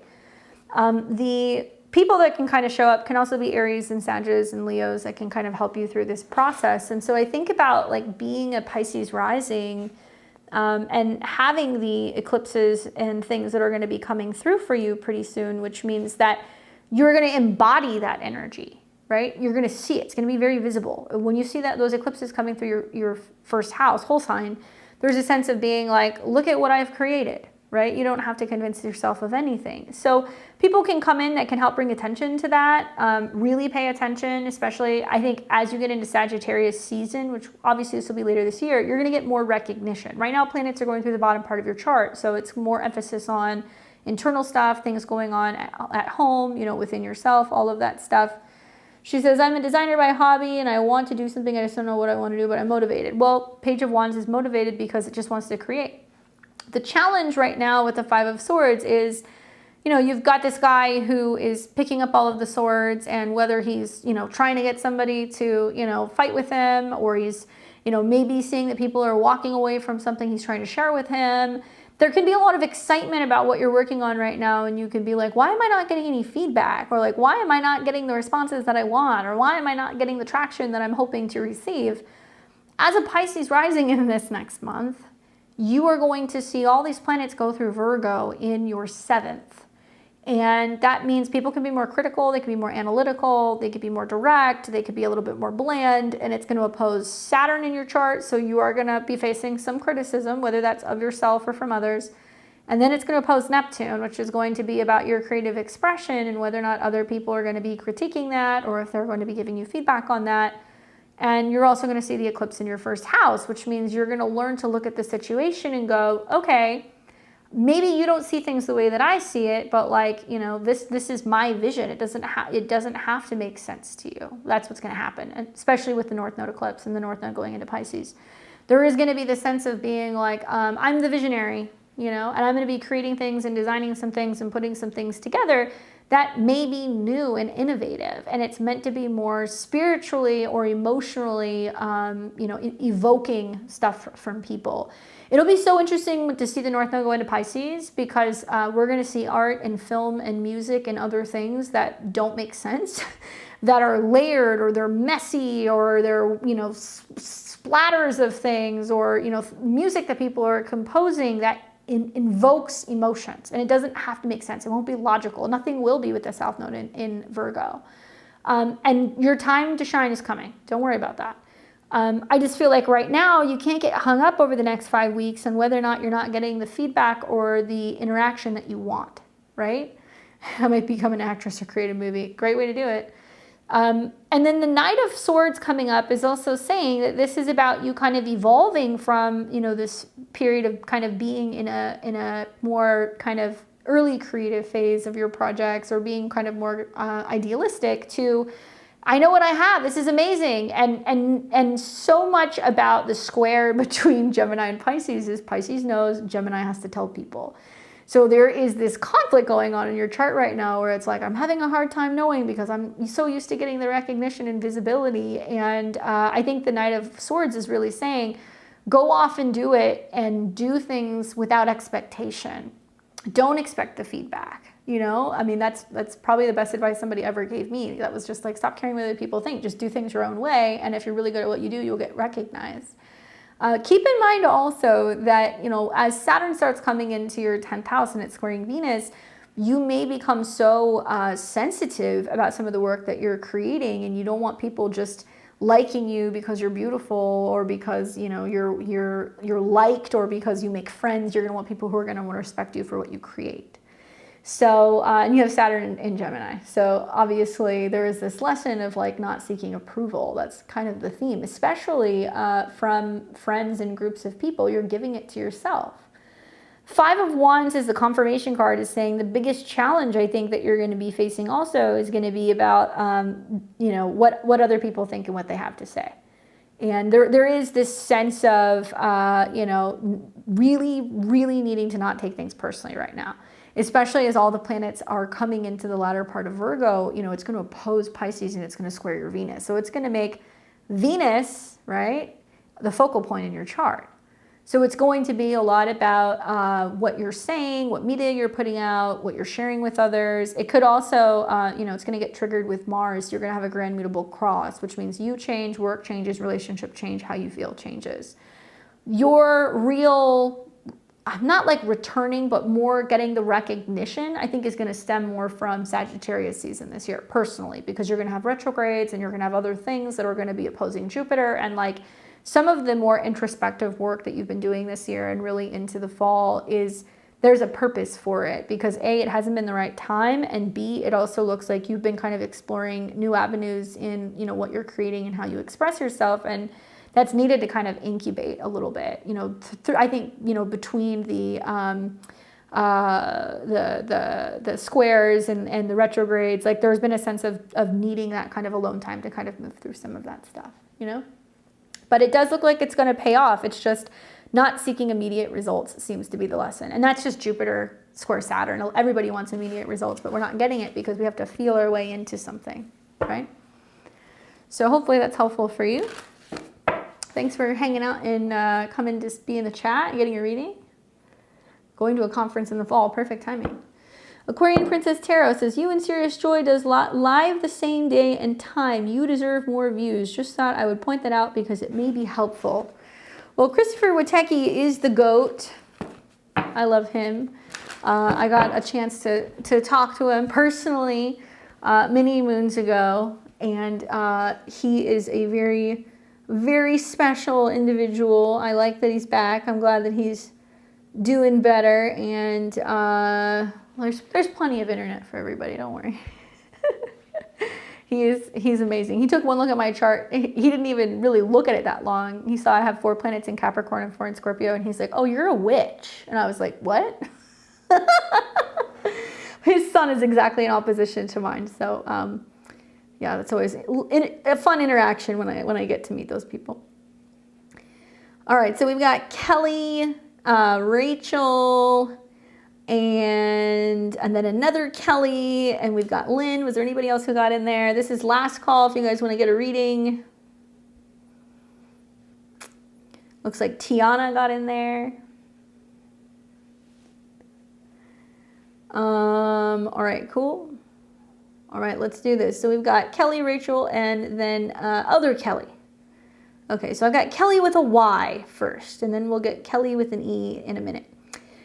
Kelly with a Y, 3-card reading for my birthday today, please. What does 33 have in store for me? Happy Christ year. It's a big career year. I'm a Cap rising, Aquarius moon, and a Leo sun. Ooh. Aquarius moon, 2nd house. Leo sun, hanging out in the 8th. So what do you need to know? Well, first of all, I will tell you 33 is a big year, okay? Big things change because you're in 10th house activation. So if you're a Cap rising, then you got Libra in the 10th, and you need to watch Venus this year from now until your birthday next year. Venus will retrograde next spring. And Venus is going to go in your 10th house soon. So that's good for career, reputation, relationships. But you got the South Node going through your whole sign 10th house. So that tells me that there's big changes going on with your relationship to your identity with your career, maybe relationships in general, maybe where you're working, who you're working for, all that stuff. But 33 is the year where things really start to kind of come together. So go look at your natal Venus. It'll give you some insight. But let's see what the cards have to say for Kelly on her 33rd birthday. And if you're 33, you got a bunch of like Capricorn, Aquarius planets in your chart. So you got a pretty significant Saturn signature, my dear. All right, so we got 4 of Swords, 5 of Wands, 3 of Coins. Natal Venus and Leo in Leo retrograde. That's okay. In the 8th house. That's a sexy placement.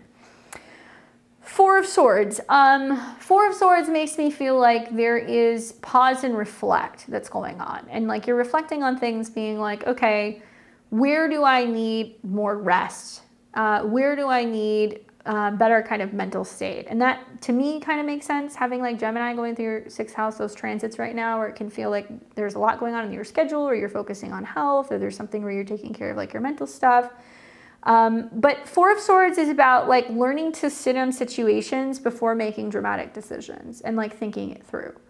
And so I think about the air houses in your chart, which is like your money house, your work house, your career house, like all of those are air. So it's saying maybe over like the next 4 weeks, 4 months, there's a sense of reevaluating, what am I done with and what am I moving forward with? And I think that's very true with the South Node eclipse taking place in your 10th house. Pay attention, because probably right around mid-October or early October with that eclipse, you're going to see there's going to be some kind of change either with your status or with your work, because that's going to be a eclipse of the Cazimi. Anyway, the middle card is kind of like what you're going to be focusing on in the immediate future. And like 5 of Wands is a chaotic energy. It does feel sometimes like you're trying to kind of get ahead on something, and then you feel like you kind of get knocked down a few pegs, or, you know, maybe you're trying to pick yourself up and get going, and then you feel like something else is kind of hitting you from left field that you don't see coming out of anywhere. I really feel like these are 2 completely different energies. You know, the 4 of Swords is like, I'm just going to let things go. You know, it'll work itself out. I can't be stressing myself over things I can't control. And then the 5 of Wands is like, doing anything at all possible to really fight for something. And that could be good in some situations, but 5s are a little combative. So I'm wondering, like, you know, with Pluto going back into Capricorn and being a Cap rising, a lot of you guys are going to be like, am I fighting the inevitable? You know, am I fighting with myself? Am I fighting something that I feel like I have no control of? This will make more sense when you see Mars go into Cancer and start opposing Pluto later this year. So it may be something that's taking place within 5 weeks, 5 months. And this is just reminding you that it doesn't have to be a challenge. Things don't have to feel like a battle this year, right? It doesn't have to be that way.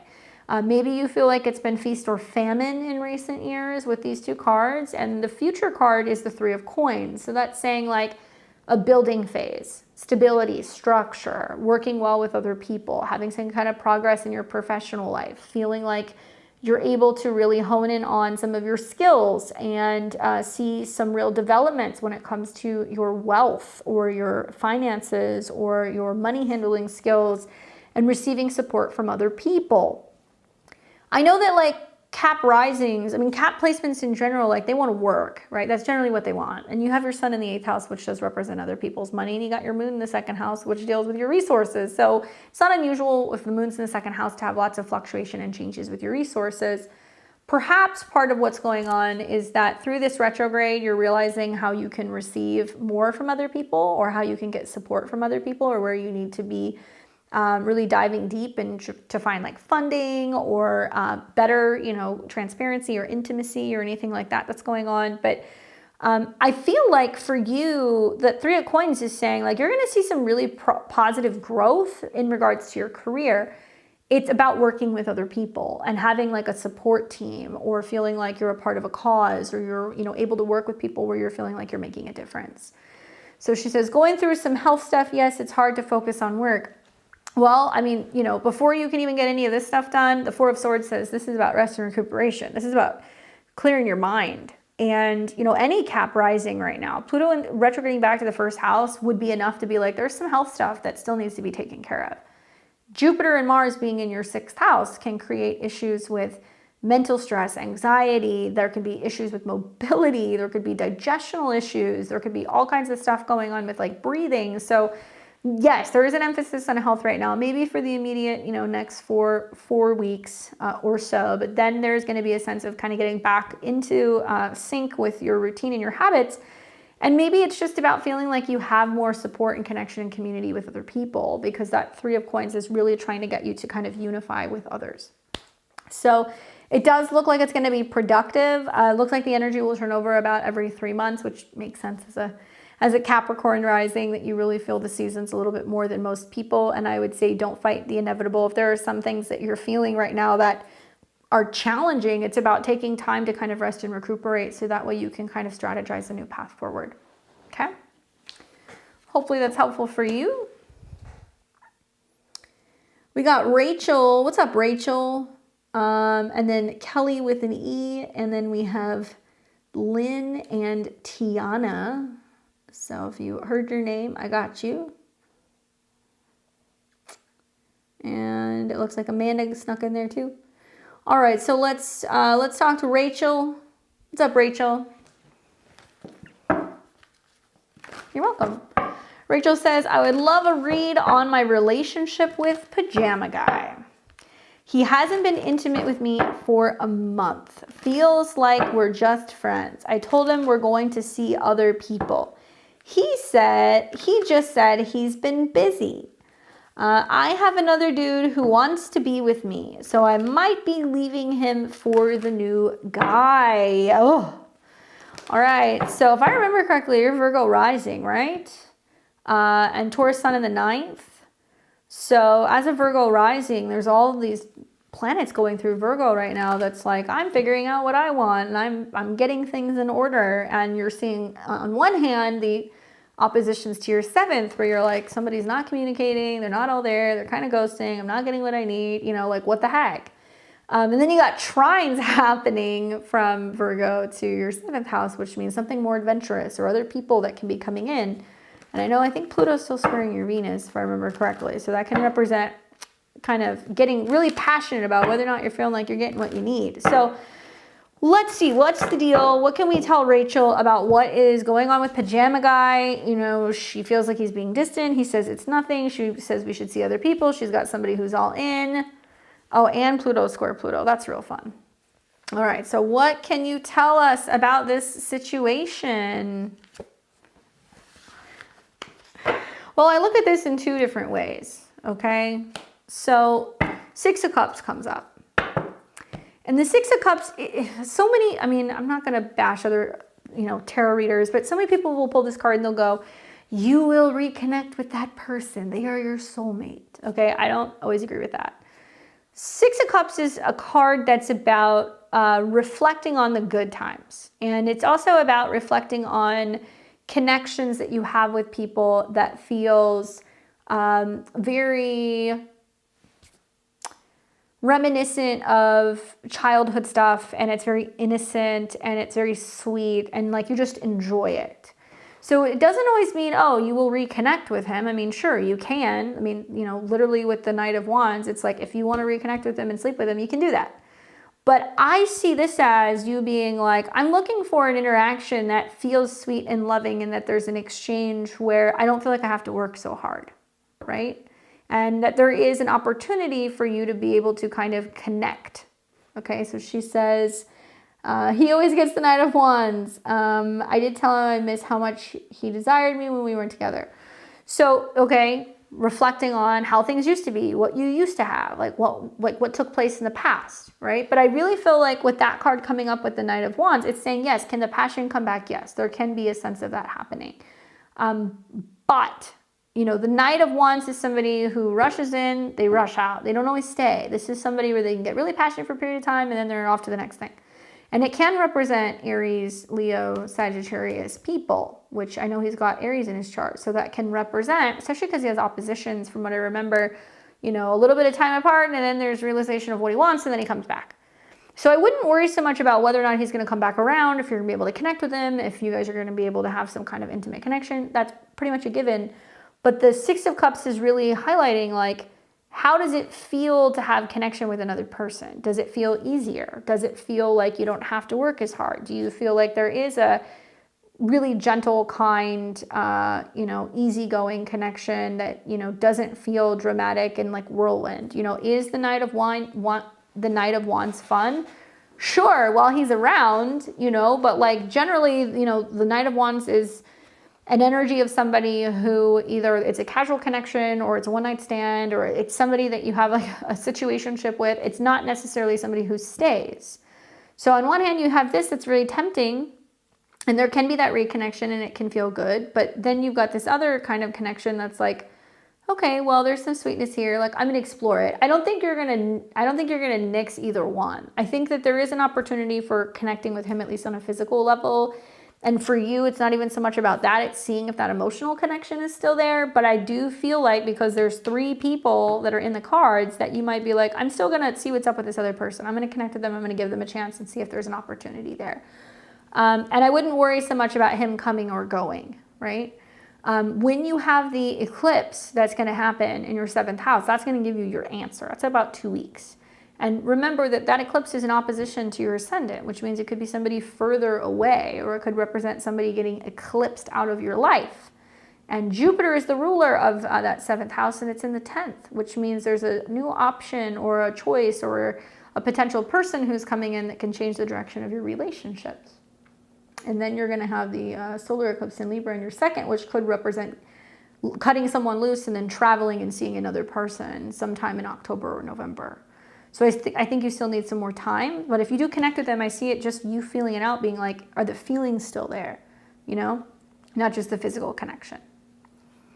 But let us know what happens, both with the Pajama guy and the other guy. That's some spicy stuff. Okay, we have other Kelly. With an IE. And let's see. Is she here? It just says tarot reading. You're welcome, Rachel. But I'm not sure what it is that your question is.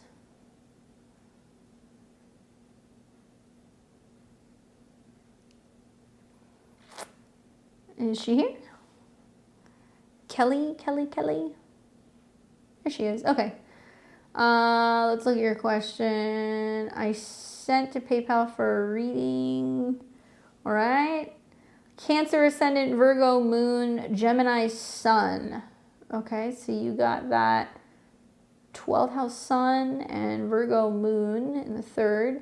I want to start my own business, small, and would like whatever advice you can give me. All right. Well, first things first, I would say wait till after the new moon in Virgo, which is going to be on the 2nd, okay? Because that's going to be 3rd house. It's going to be about business. It could be about websites, anything like that, getting anything in order. And you're still going to be feeling, you know, the squares between Mercury in your money house and Uranus in your goal house, right? So as you're kind of getting closer and closer to September, there's going to be opportunities to learn about marketing or promoting yourself and getting ready to make some kind of decision and launching something. And then you will see a full moon in Aries in the fall, which could be about kind of preparing to start offering services or something to other people. Okay, so there's kind of a method that you're going to have to follow time-wise to kind of see that through so it's successful. But let's see what we can tell Kelly about potentially starting a business and what that looks like. Okay, it was in this order. So we got 7 of Cups, King of Cups, and the Ace of Coins. She says, I have a Virgo stellium in the 3rd, excited for the new moon. What kind of business are you doing? There's that Hermit card making an appearance. How appropriate. Well, if you've got a stellium in Virgo in the 3rd, communications, details, you know, anything revolving around learning or, you know, booking things, scheduling things. I'm curious what kind of a business you're going to do. As a Cancer rising with the North Node in your 10th house, there is this incentive to be like, I want to be self-made, or I want to make my own way, or I want to develop something. So you have a lot of momentum building, I think, with more eclipses coming through there. You also have a lot of momentum building with Saturn getting ready to come into a trine with Mars, which you'll see next month. Later part of September, but that's still good. You know, the Seven of Cups right now, it's kind of saying like, I have all these ideas. I see like the Seven of Cups is like a vision board where you're like, and I want this, and I want this, and I want this, and I want this. And it's great because we can envision what it is that we want, but we have to make it a reality. So perhaps so much of the Mercury retrograde for you has been about, well, how can I take my ideas and make them real? And how can I get grounded when it comes to kind of like the trajectory of what launching a business is going to look like? Saturn oppositions, if you have a lot of Virgo in your chart, you're dealing with Saturn oppositions in your 9th, which means you got to learn about advertising. Maybe you work with some kind of business mentor. Maybe you're taking classes on marketing. Maybe you're deciding that you're learning about, import, export. There could be legal things connected to the business that you're going to run, or certifications that you have to do. So she says, I have a healthcare background and I want to do some kind of online counseling. Perfect for a new moon in Virgo in your 3rd house. So I think for you, it's going to be more, do I have the certifications that I need? Am I going to be teaching? Am I training? Am I going to be giving advice? And I feel like the Seven of Cups is saying that, especially anything revolving around wellness, it could be, dealing with stress, anxiety, natural healing methods. It could be about gaining some kind of clarity. So if you want to do some kind of online counseling, I feel like this is about really finding your niche with the Seven of Cups and really drilling down and getting clear about what that's going to be. And putting all the options on the table and then being like, okay, how am I going to be able to kind of work this? I do think that with the King of Cups coming up, it's about also recognizing that you want to really build strong relationships with other people. And this could be about kind of exhibiting some of your strengths when it comes to your experience in mental health, or, anything with emotional health or emotional healing. This can also mean that there can be some kind of partnership that can be coming in, somebody who can help you, or at least somebody who can guide you and give you some kind of advice, or who can kind of support you through this transition. King of Cups is a Cancer, Scorpio, Pisces, or it can be you kind of showing some of these, particular characteristics. It's a much more masculine, okay, this is how I feel about what I'm doing. This is what I'm putting into action. What I like about the King of Cups is that he can be very productive when he feels emotionally involved or excited by what he's working on. So you have to kind of feel like you're in the mood to be, doing some of this work. And a lot of the 3rd house transit, or a lot of the 3rd house placements you have, is more logical, practical. It's the information, it's the experience that you've had, it's having gone through the motions of working probably more in like technical stuff with health. The Saturn stuff in the 9th is like, okay, it's more emotional, it's spiritual, it's more psychological. So it may be a good idea to consider, looking at people with a healthcare background, but like, what else do they do? Do they practice some kind of meditations technique? Do they do hypnotherapy? Do they have retreats? Are they offering some kind of training where you can take the healthcare, but you can kind of merge it into creating better health and emotional habits, and like teaching people about that. So sometimes when Saturn goes through the 9th, I see people either get certified or they end up becoming like a teacher of sorts. So that could be something for you. Ace of Pentacles. So if you're asking me flat out, like, okay, I want to start a business, do you think it's a good idea? Am I wasting my time? Is it going to be successful? I think it will be when you kind of hone in on what your goals are and what you're going to be able to offer. And when you are able to do that, it does look like, the Ace of Pentacles is saying there is an opportunity that may be seated in an Earth month. So that could be, happening for you in September during Virgo season. That could be happening for you in, December going into January in Capricorn season. That could be happening in, April, May in Taurus season next year. Generally, the Ace of Pentacles is saying within 1 year. But it can also be the promise of having something tangible, solid, something that can really benefit you financially, something that's worth investing your time and your energy into. And the Hermit card I pulled, I just looked at the bottom of the deck, that's the confirmation card. So the Hermit card is literally saying it's about really reflecting on what you already know and finding ways to be able to express that to the masses, or teaching people some kind of introspective technique. So it can be meditation, it can be hypnosis, it can be self-reflection or, retreat work or anything like that, healing work that can be coming up where you can help other people find the answers within themselves. So the Hermit card is also saying that a lot of the ideas that you're working on right now, I do think will be seeded. Like even before I pulled your cards, I was like, New Moon in Virgo is when you want to start the process of working on this. You don't have to have it done. You don't have to launch anything, but that's when you want to start working on it, because it looks like it's going to stem from something you start writing, or it's going to stem from something you start putting together. And it could be, like a business model. It could be a brand, something like that, a website. And you will start to see something coming to fruition, within about a year's time. But this is about getting clear and helping other people better understand that the root of some of their health issues can be connecting to alcoholism, addiction, anxiety, stress, fear, trauma. Seven of Cups is kind of like I'm either under an influence or I'm feeling like I'm in a fog, I can't see clearly. And making people have clarity and make the connection between health and emotions, and that they influence one another. Right? Also, the Hermit card sometimes deals with like herbalism, and it deals with, homeopathic type medicine techniques or other kind of Eastern modalities that you may implement or bring into your practice to help people heal. So hopefully that's helpful for you, Kelly. Good luck. We've got Lynn, Tiana, and Amanda. And Lynn says, 3 cards. Who is coming next in love for me? Who is coming next in love for me? Let's take a look.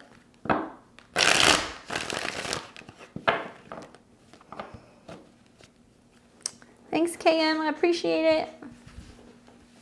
Good luck. Lynn, this is for you. What's next in love? All right, so in this order. All right, so we got Queen of Wands, 5 of Wands, the Fool card. It looks to me like there is a sense of, it's almost like kind of like Stella's getting her groove back. The Queen of Wands and the Fool card being the 2 kind of cards on the outer sides of the spread makes me feel like there's something ramping up where you're just kind of like, we got to keep it moving.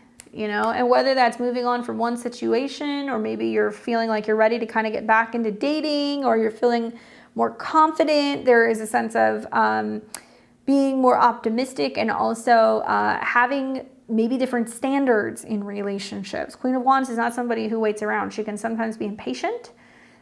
She can also be somebody who is very aware of herself and her needs and what she brings to the table. So there can be a sense of her putting up a little bit of a fight sometimes and not willing to kind of settle.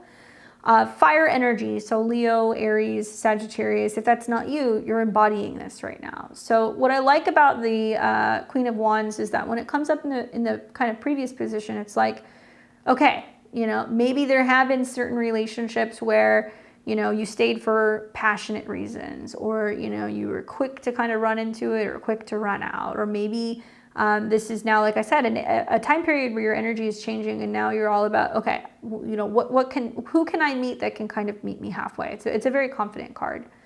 The 5 of Wands in the current position does talk about maybe getting a little feisty or a little testy about feeling like situations that require too much work, situations with people where it can feel challenging or combative, or that you're doing too much, or that you're trying too much, or no matter what you do, there is like a little bit of pushback, or that there has been a relationship that you have either recently moved away from, or you've evolved, where you're like, I don't want to do this anymore.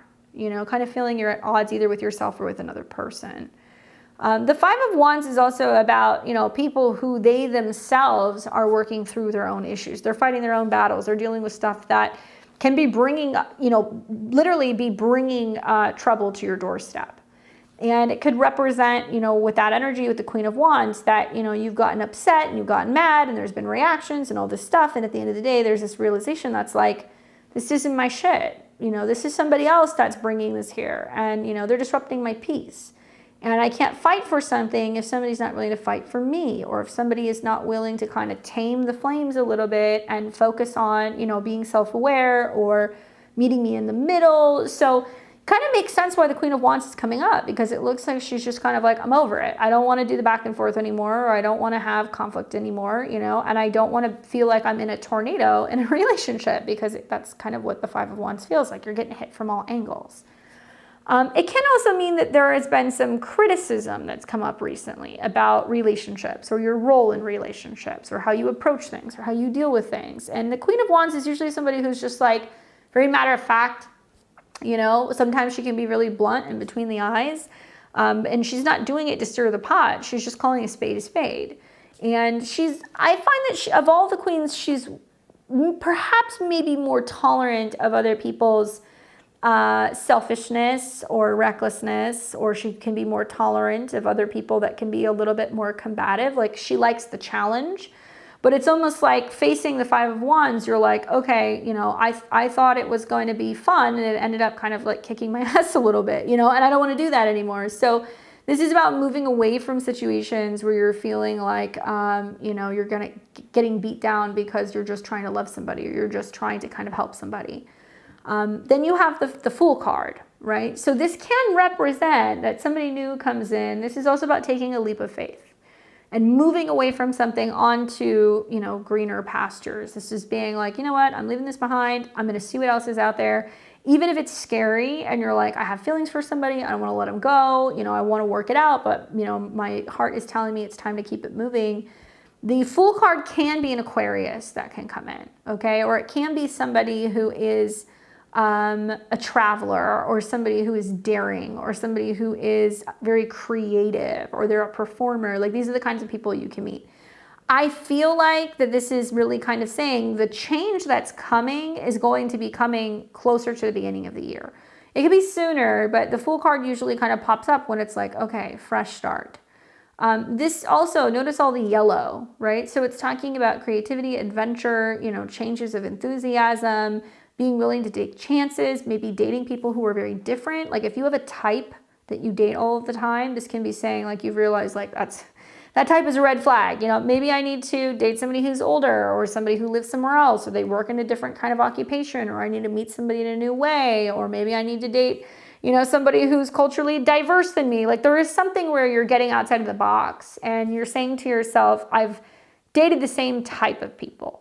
And I keep doing that, and I keep finding that I'm at odds. And it could be a personality type. It doesn't even have to be like a certain type of person. It could be a personality type. And you're recognizing that maybe you need somebody who is going to be, you know, less controlling, more laid back, more adventurous, somebody who is wanting or is up for adventure, somebody who can kind of keep up with you a little bit. So the Fool card can say that you're like, okay, I'm on to other things. I don't know what's going to happen, but I'm going to take a leap of faith here and know that just stepping outside of this situation where I've been repeating the same patterns, that in itself, I think, is going to help you move forward, and it's going to give you an opportunity to connect and meet with new people. Confirmation card you get is the Lovers. So that means, yes, you will be presented with another option. Watch for Aquariuses, watch for Geminis, or meeting more than one person at once, or maybe you're breaking away from one person, you meet another. You know, it can represent where somebody comes into your life and there's some kind of temptation, and you're like, ooh, I want to try that, but that means I got to step away from this thing. Like, when you have that sense of, you know, oh, am I, you know, am I making a mistake, or am I leaving something behind? It's encouraging you to see what else is out there, because you may actually find something that can be a better soul match or connection in the long run. Hopefully that's helpful for you, Lynn. We've got Tiana and Amanda, and Tiana says, should I go to the carnival festivities tomorrow? Only if you go there and you tell everybody, not my circus, not my monkey. That is what you need to do. All right, so we've got Tiana that says, should I go to the carnival festivities tomorrow? Well, let's take a look. What if we were to pull the Fool card? How funny would that be? Or the Magician. So should she go?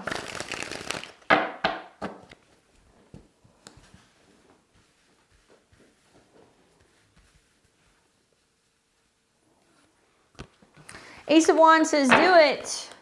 Exciting, fun, change of pace, an atmosphere where there can definitely be a lot of interaction going on. Also, it could be like there's a lot of like fun games or interaction that you have with people, not so socially, but just being in that environment. It seems like it can be like kind of creatively stimulating. It could be also about just going and breaking out of routine and doing something that's just kind of like a little off the beaten path, or something that's like a little spontaneous, which could add a little bit of spark and fun into your weekend routine.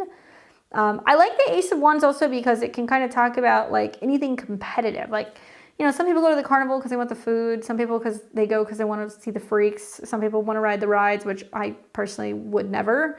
But I also think about like all the competitive games, you know, like do you win the stuffed teddy bear, or do you take the goldfish home? Like that kind of stuff. So when I think about like the Ace of Wands, it's, you know, is there something fun and competitive that I do, or I have like an interaction, you know, with somebody else, and it ends up being spontaneous and exciting. And, you know, there could also be sparks of like romantic connections. She says, I wanted to rot in bed. Well, if you go, it's definitely going to be a break in your routine, and it looks like it could be a lot of fun, right? Don't take any carnies home. Good luck. We've got Amanda. Amanda says, I'm a Virgo rising. Oh my God, is everybody a Virgo rising in the queue tonight? Are you guys doing okay? It's all Virgo and Cap rising. I'm a Virgo rising at 29 degrees. Capricorn sun in the 4th house. Taurus moon in the 8th house. Can you pull some cards and let me know what you see in store for me in the coming months? Well, for starters, yeah, you're going to see a bunch of planets at the end of this month that are going to cross, you know, Venus. You're going to see eventually Mercury, the sun, going into next month, cross your ascendant.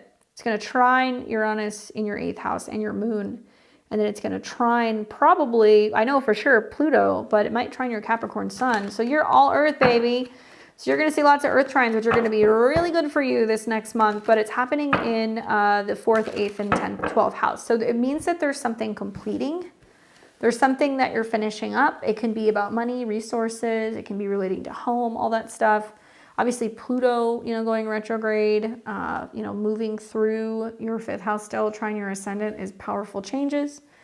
But let's see what we can tell Amanda about the next few months. Oh my gosh, what is it like to have all that Earth in your big 3, huh?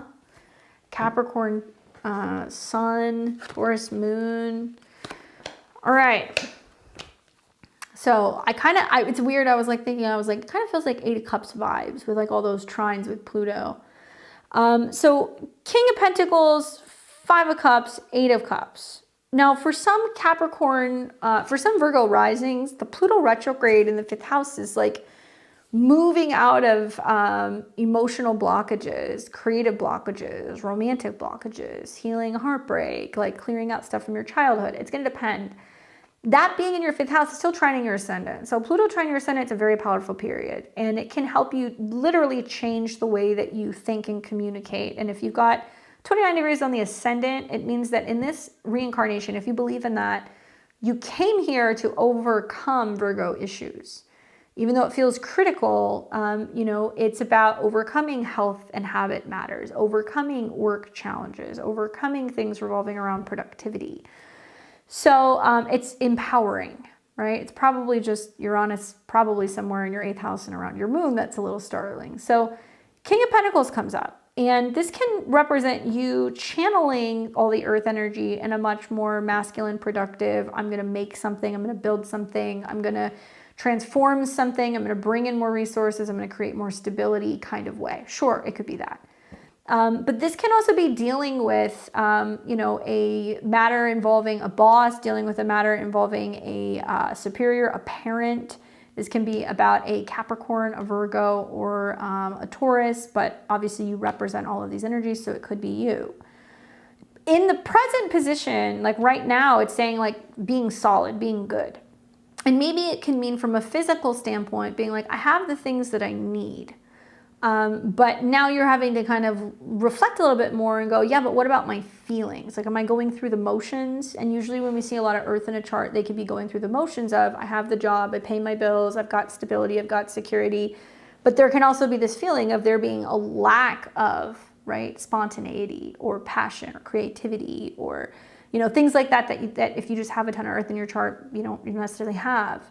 So there can be the sense of Five of Cups coming up in the right now position where you're reflecting on things, being like, I've gone about certain things in a way where I've been very practical, guarded, logical, focused on results or trying to be super mature. And the Five of Cups can indicate that there's been some disappointment.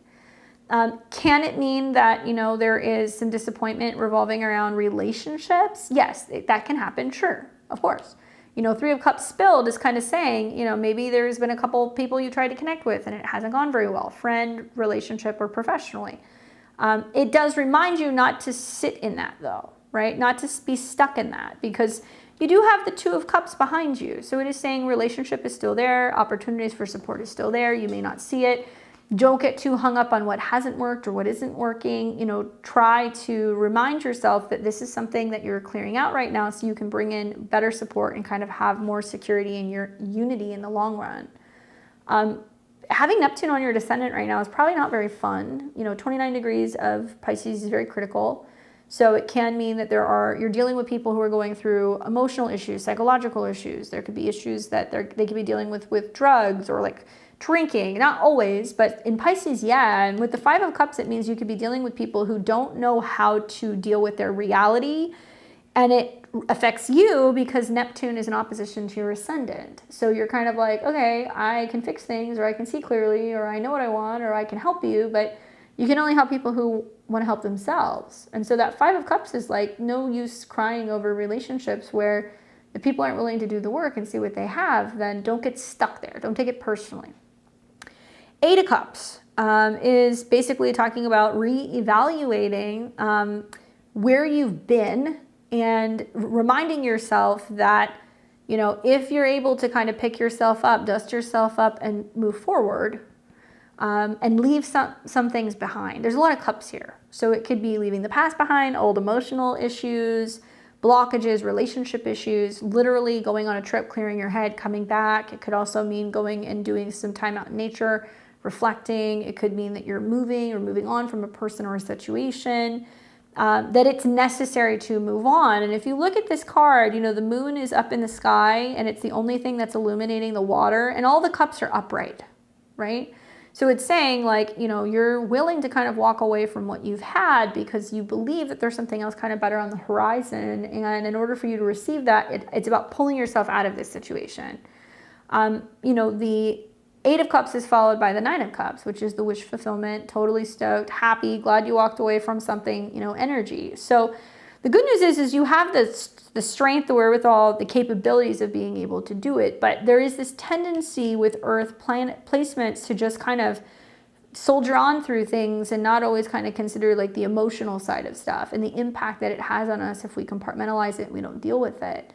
And so I wonder if there's like old relationship stuff that's come up, if there's, harsh insecurities or you being really critical of yourself, or maybe you've been in relationships with people who have made you feel a certain way. And I use that because there's cups coming up. It could also be doubting your capabilities when it comes to your professional life. That's another manifestation. Neptune isn't only opposing your ascendant, it's squaring your midheaven. So that means that, you're kind of softening the way that you look at not just relationships, but also your overall sense of career direction and purpose, right? Squaring your midheaven at 29, if that's your midheaven, but I'm just going off of equal housing. So there's a sense of willing to kind of dissolve and end old relationships and partnerships or old identities with people and walking away from it because you're really trying to regain this sense of really knowing who you are and feeling like very grounded. And somebody can come in that can help you with this, by the way. It can be a relationship that comes in that convinces you to do that. It could be a friend. It could be an older relative with the King of Pentacles. And I think that probably when you start to see, Saturn and Neptune kind of coming into conjunction with your descendant again, so that'll be next year, and then eclipses, there's going to be big changes going on with relationships. And yes, sometimes you have to step away from some to kind of bring new ones in. But I think that for you, whatever period you're in right now is the getting on with where you've been, period. She says, I got divorced almost 4 years ago after a 13-year marriage. I ended it because he was gay, and it's been very hard for me to move on and get over it. So I kind of see this then as like could be the King of Pentacles was dealing with that person, but the Five of Cups is really kind of going, like if you notice, the cloak can represent depression and it could represent isolation.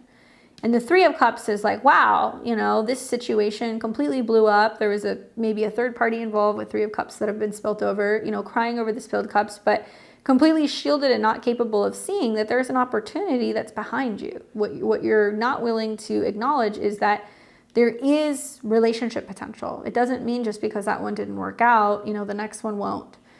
Most of my 29-degree Pisces descendants that I have seen, relationships dissolve because there's lack of transparency in the relationship. And if it's not sexuality, it's drugs. If it's not drugs, it's porn. If it's not that, it's, you know, they're a criminal. I mean, like literally, I have seen some really crazy shit with 29 degrees Pisces descendants. So I understand exactly what you're saying. And if you've isolated yourself for 4 years, okay, this is Five of Cups. We don't want to make it 5 years. If somebody were to ask me, like, hey, when is the time that I'm most likely to meet somebody very significant? I would say, well, Saturn in your 7th, North Node eclipses in your 7th. Maybe you're seeing aspects between your 7th house lord and, you know, your chart ruler or your ascendant. You have all of those things going on right now. So you have a conscious decision if you do decide that you want to walk away from the grief and the pain and the disappointment, and you're willing to kind of pack it up, you know, and leave it behind. Generally, when we see the Eight of Cups come up, it's saying you're going to move on to something better. Well, there it is. Bottom of the deck is the Knight of Cups. So that represents new relationship, it doesn't even have to be a relationship. It can be companionship. It could be somebody who says, hey, I'd love to get to know you. Let's spend some time together. Let's connect. And it can be a water sign. So it can be a Pisces or a Scorpio or a Cancer. Next spring, in like March and April, you will see there are going to be retrogrades. Mercury will retrograde in your 7th house, and you will also see Venus retrograde in your 7th house. And that's a really significant time that is going to be about reconnecting with other people. So even if you give it until then, promise me that you at least open yourself up around that time, because there's going to be some very amazing karmic things happening with Mercury and Venus in your 7th house. And it's about opening up and being vulnerable again, okay? She's wonderful. I've been dating a Cancer and things have been getting more serious. There you go. So watch for that turning point that's supposed to be happening in the spring. Those cards were pretty accurate for you. That was pretty cool. Hopefully that was helpful. And then last but not least, we have Tanya. She says, can I get some general advice? Virgo rising, Pisces sun, Taurus moon. Did you listen to all of that, Tanya? Obviously, you're different people, but you got a Virgo rising, Pisces sun. Those eclipses are going to be really showing you what is and isn't working in relationships. So let's take a look. What do the cards say for Tanya? I always love when we do like blind readings, you know, and you can just like, they don't really ask any questions. Just, what do I need to know? And the cards are so accurate. All right, so this is for Tanya. All right. Boom, boom, boom. 10 of Wands, 4 of Swords, 2 of Cups. 10 of Wands, overcoming challenges and feeling burden revolving around something you're having to kind of carry, right? Something you're having to kind of carry. So it can mean that you're getting to a point where you're like, I don't know how much longer I want to do this. This feels really challenging. You know, I think about Jupiter and Mars being in your 10th house, and that's like a lot of work, hard work, dedication, or, you know, working 2 jobs or trying to find something, or, you know, going through some major kind of career or relationship shift. And the 10 of Wands is a completion. So it's saying that you're kind of now completing something that you have been building, working on, or working towards. And so now it's coming into fulfillment phase. 4 of Swords tells me that this has been a time of rest, recuperation, and reflection. I definitely think that's accurate, being that there's been, you know, Mercury retrograde in your sign. You know, Mercury started in your 1st house and it went into your 12th house. So it can represent that, you know, you have been needing more rest, or you've been healing something, or maybe you've been reflecting more, or you've been meditating, or you're kind of saying there are some things I just kind of have to kind of let go and let God. Certainly in this next month, when you see planets go through your 1st house, it's really aiding in your power. So you're going to feel like you're overcoming things, you're making change, you're optimistic about what you've been able to achieve. Maybe you're feeling like you're getting your energy back as like Mercury and the Sun and other planets are coming into your sign. But the 4 of Swords is also about kind of being like, I have to let situations be, I can't control them. I don't know the outcome. All I can do is just be patient and like let go of some of my worries and concerns. And, you know, I heard something funny the other day, and I resonated with it because of the oppositions between Neptune and Virgo and the squares to Jupiter, which is prayer. Somebody was saying, well, take a list of all of your concerns, create a concern list, right? So they would go through the concern list, write it all out, and then it says, okay, then cross out concerns and put prayers. And I was like, wow, that's really helpful. I think a lot of people, if they look at things that way, whether you're praying, manifesting, visualizing, meditating, whatever, those are the things that you're asking for guidance on, or those are the things that you're asking for patience on. I kind of feel like because there's just been so much that you've been dealing with and kind of carrying, that seems like it's been such a challenge, that the Four of Swords is kind of like, I'm going to reflect on all of the things that have been challenging, and I'm going to kind of have like a trust fall with the universe and just take a step back and trust that whatever's happened was going to happen. You know, whatever's meant to be is meant to be. And that can be with your job, that can be with your career, you know, that can be with your relationships, especially because certainly the oppositions between your first and your seventh is going to represent some kind of, not necessarily separation, it could be, but it could be representing taking space from certain people or reevaluating what you want in regards to relationship with other people.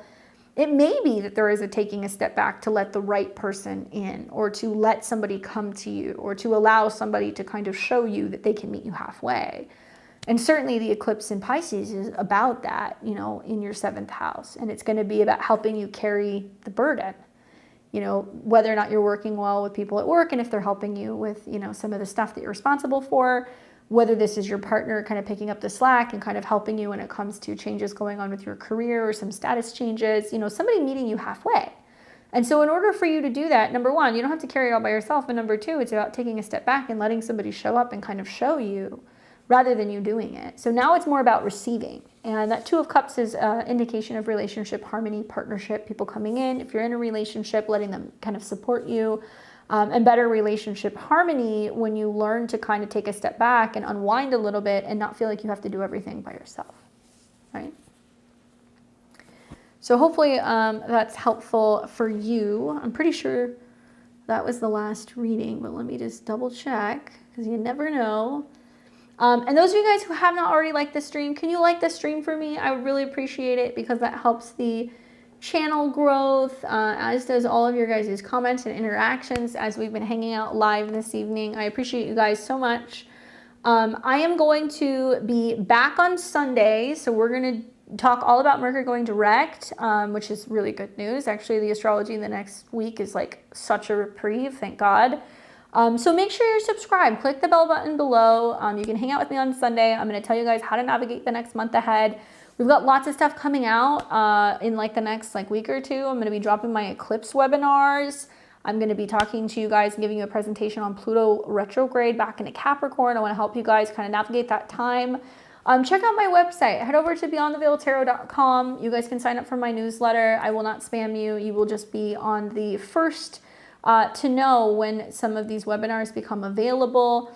And also August horoscopes are out as well. So if you want to know what's happening in the next month, including the eclipse, you get a sneak preview. You guys can go and check that out. It's on the channel. As always, I appreciate your guys' support very, very much. It's always fun to hang out with you, and I will catch you guys all back here on Sunday. Next week is astrology, so you don't want to miss that because it's right in time for the new moon. All right, enjoy the rest of your weekend. You guys take care. I'll see you very soon.